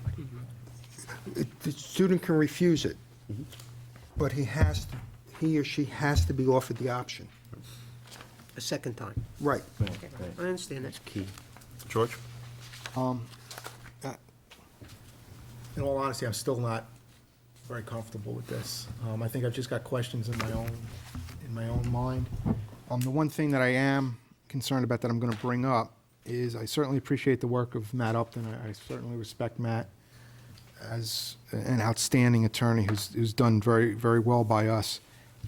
I still have in my gut that we are going to get challenged on this. I think we're going to be challenged. I think it's going to consume administrators' time. I think it's going to consume the time of the board. I just on it, and maybe it's because we'd be the first ones in the state of New Hampshire out there trying to do something like this. And I'm just throwing that out. I don't think it's a rhetorical statement. It's not looking for an answer or question. George, I'm just not convinced that this is the best thing that we can do going forward. And that's why I would have a problem moving it past this point, even into first reading. I don't think that even under existing law, anytime it becomes a judgment decision, there is absolutely no guarantee you're not going to get challenged on And it. I absolutely agree with you. And up till now, I don't have I'm going to call it recognized because I can't think of a better word right now. I don't have a recognized vehicle that's allowing me to go to an individual student and say, I know for a fact that you've been drinking.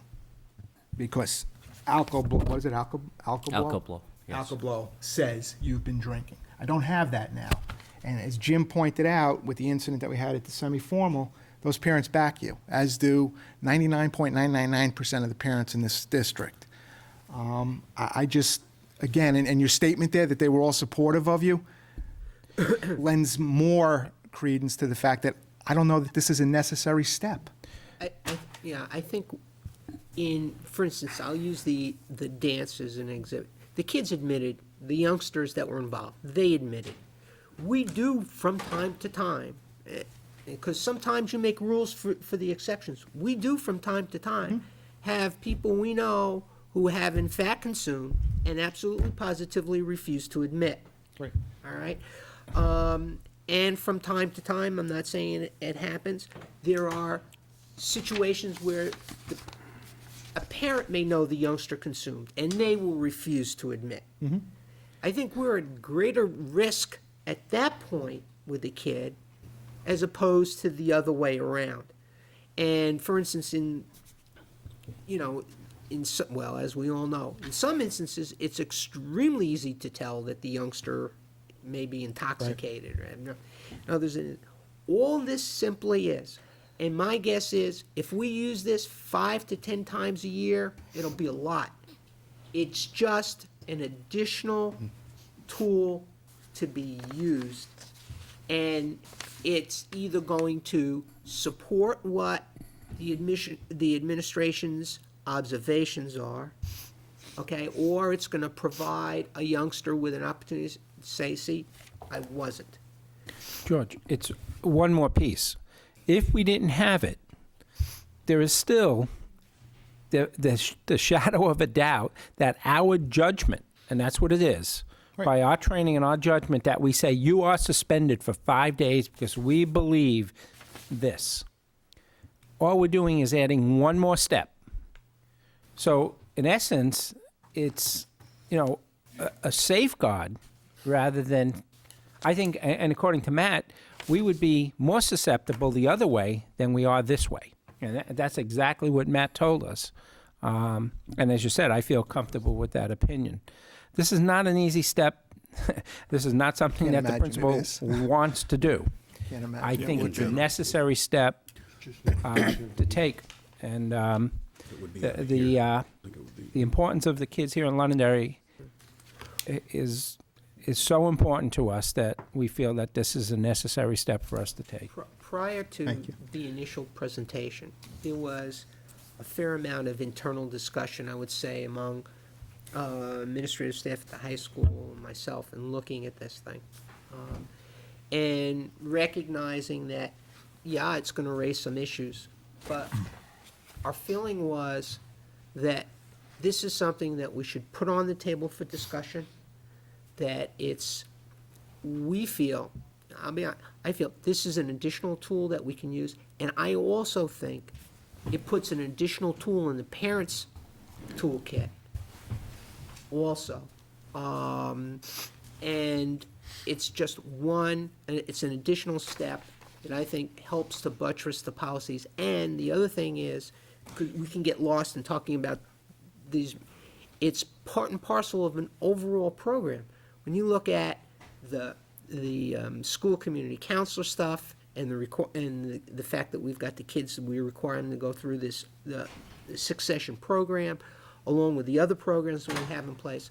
So if this was the only thing we're doing, and saying, I'm going to have Dan blow into this breathalyzer just so I can make a decision to throw you out of school, and then we didn't have any follow-up, or we didn't have any other stuff before that, I'd say, you're absolutely right, and that's not a school I want to go to.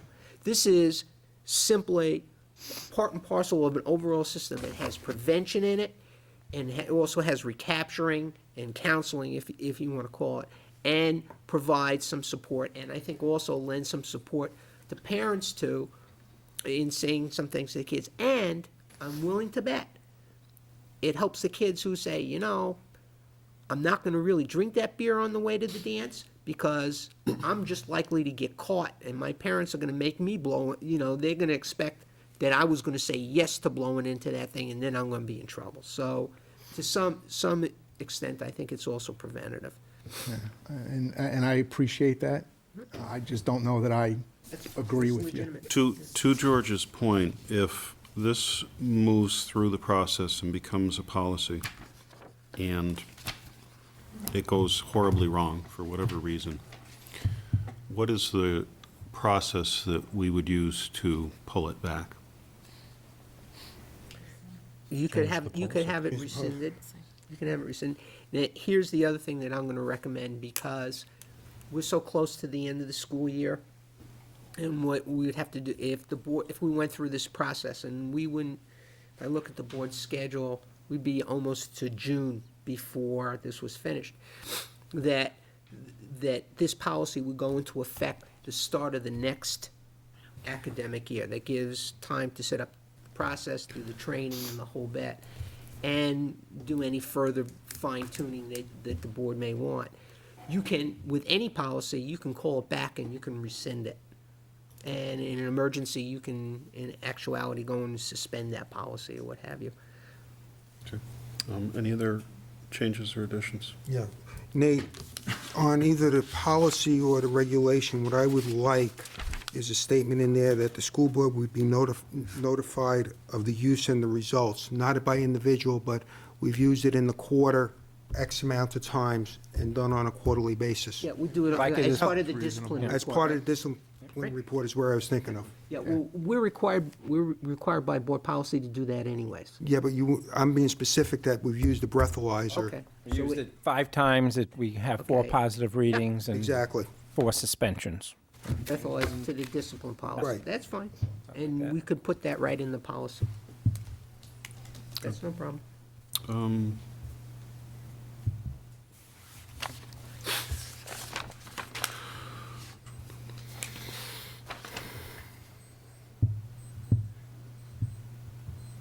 Steve, I'll throw a motion out there if that's where Yeah, we're. if the, before you throw out the motion, policies JFCL and JFCL-R, those are the new policies. Right. The other policies are simply administrative edits so that they include these new policies. You'd have to vote, you gotta vote separately, you would have to vote separately on JFCL, then you have to vote separately on JFCLR, which is a regulation, right? Then, We can just vote separately on them all. That's right. It'll go just as fast as yeah, and to going clear through. things up, But that's my point, is those three are administrative. right, our regulations, you just vote to amend based on this policy. There's no additional changes beyond No, just what we're referring to. What you see in the different font. Right. And if I would understand. Okay, yep. Nate, on the JFCL, item number 2, the word ensure, could we just spell that E with an E rather than an I? Okay. We're not insuring for insurance purposes.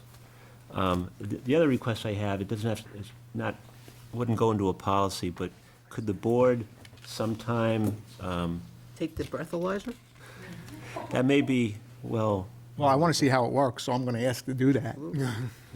could the board sometime during the period, if this goes through and is passed after 3 readings, and then administration goes forward and prepares for it for the next academic year, could you also come back to with some kind of documented procedure for how you would record the information on training Yep. and calibration and all that? No problem. Good point, Paul. Thank you, Steve. Dan, you had something you were going to say? Mr. Chair, I'd like to make a motion to move policy JFCL, the breathalyzer test, for the first reading. Second. As amended? Oh, as amended this evening. And we'll review those changes again at our next meeting with, Second reading. if this is to pass, we'll review those changes at our next meeting, which is May 2nd. All those in favor? Aye. Aye. Opposed? Nay. 4-1. Mr. Chair, I'd like to make a motion to approve regulation JFCL-R, use of breathalyzer, as amended for first reading. Second. First and a second, further discussion. Seeing none, all in favor? Aye. Opposed? Nay. 4-1. Mr. Chair, I'd like. And Connie, you're picking up the rules. Yeah, just as, just one thing, I think the flow chart should be part of your regulation too. I think it's a good documentation. Wouldn't it be Put it as an part of, exhibit. Yeah, I thought it was. I don't see the number on it, Oh, so. okay. I think that would Put be- number on. Well, we'll just mark it as an exhibit. Yes, that's Yeah. it. Okay, great.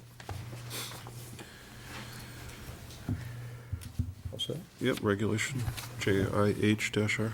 Okay, Mr. Chair, I'd like to make a motion to approve regulation JIH-R, search of students, as amended, first reading. Second.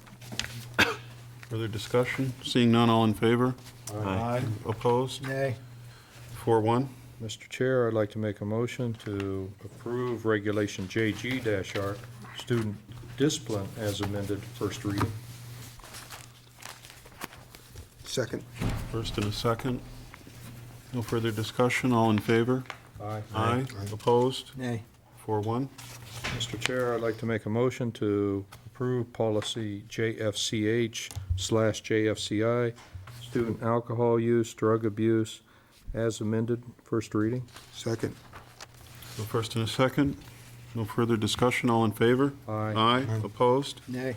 4-1. Mr. Chair, I'd like to make a motion to approve policy JFCH/JFCI-R and E, student suspension, readmission, contract, regulation and exhibit, as amended, first reading. Second. I have a first and a second.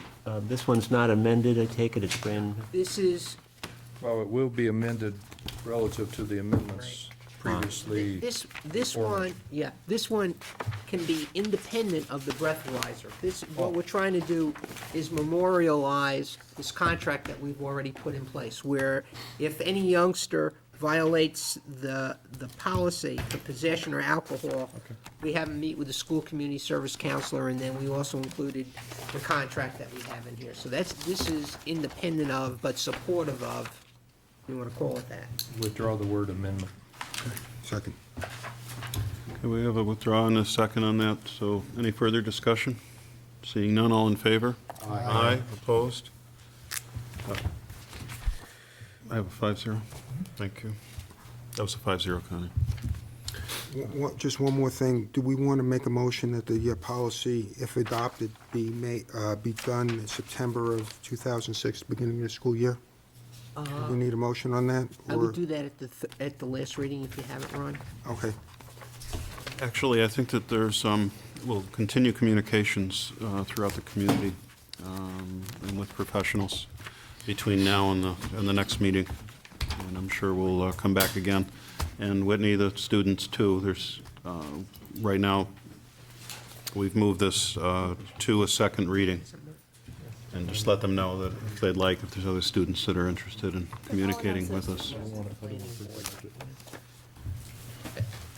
Just a quick comment. I do want to thank everybody for what I think was a very good discussion on a very important topic. I want to thank the board, faculty, Jim, Mike, the students, members of the audience. We really appreciate the thoughtfulness of the discussion and the assistance in addressing this issue. Go ahead, Ron. Just again, what I would like just to remind the audience as they listen to this program or see it on rerun, we will, at our next meeting, we'll be discussing this, and we welcome your input into it. Come on down. Connie will not be doing the minutes, so she wouldn't care how late we get out of here. But we, in all seriousness, we really do want to hear from the community on this. It is an important issue, and it focuses how the community reacts to a situation. And that's May 2nd at 7 o'clock, and if you'd like to be on the distribution for the agenda, you can connect with the superintendent's office. Thank you.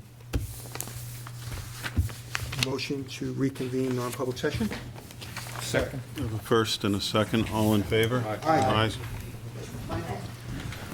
And if you're in this room, you're on the air, Yes, we are still.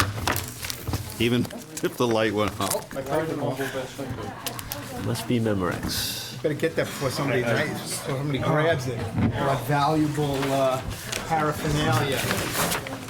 Whitney, aren't you going to miss us when you graduate? Yes, I will. Oh, you got it. Let me come around. Is that okay?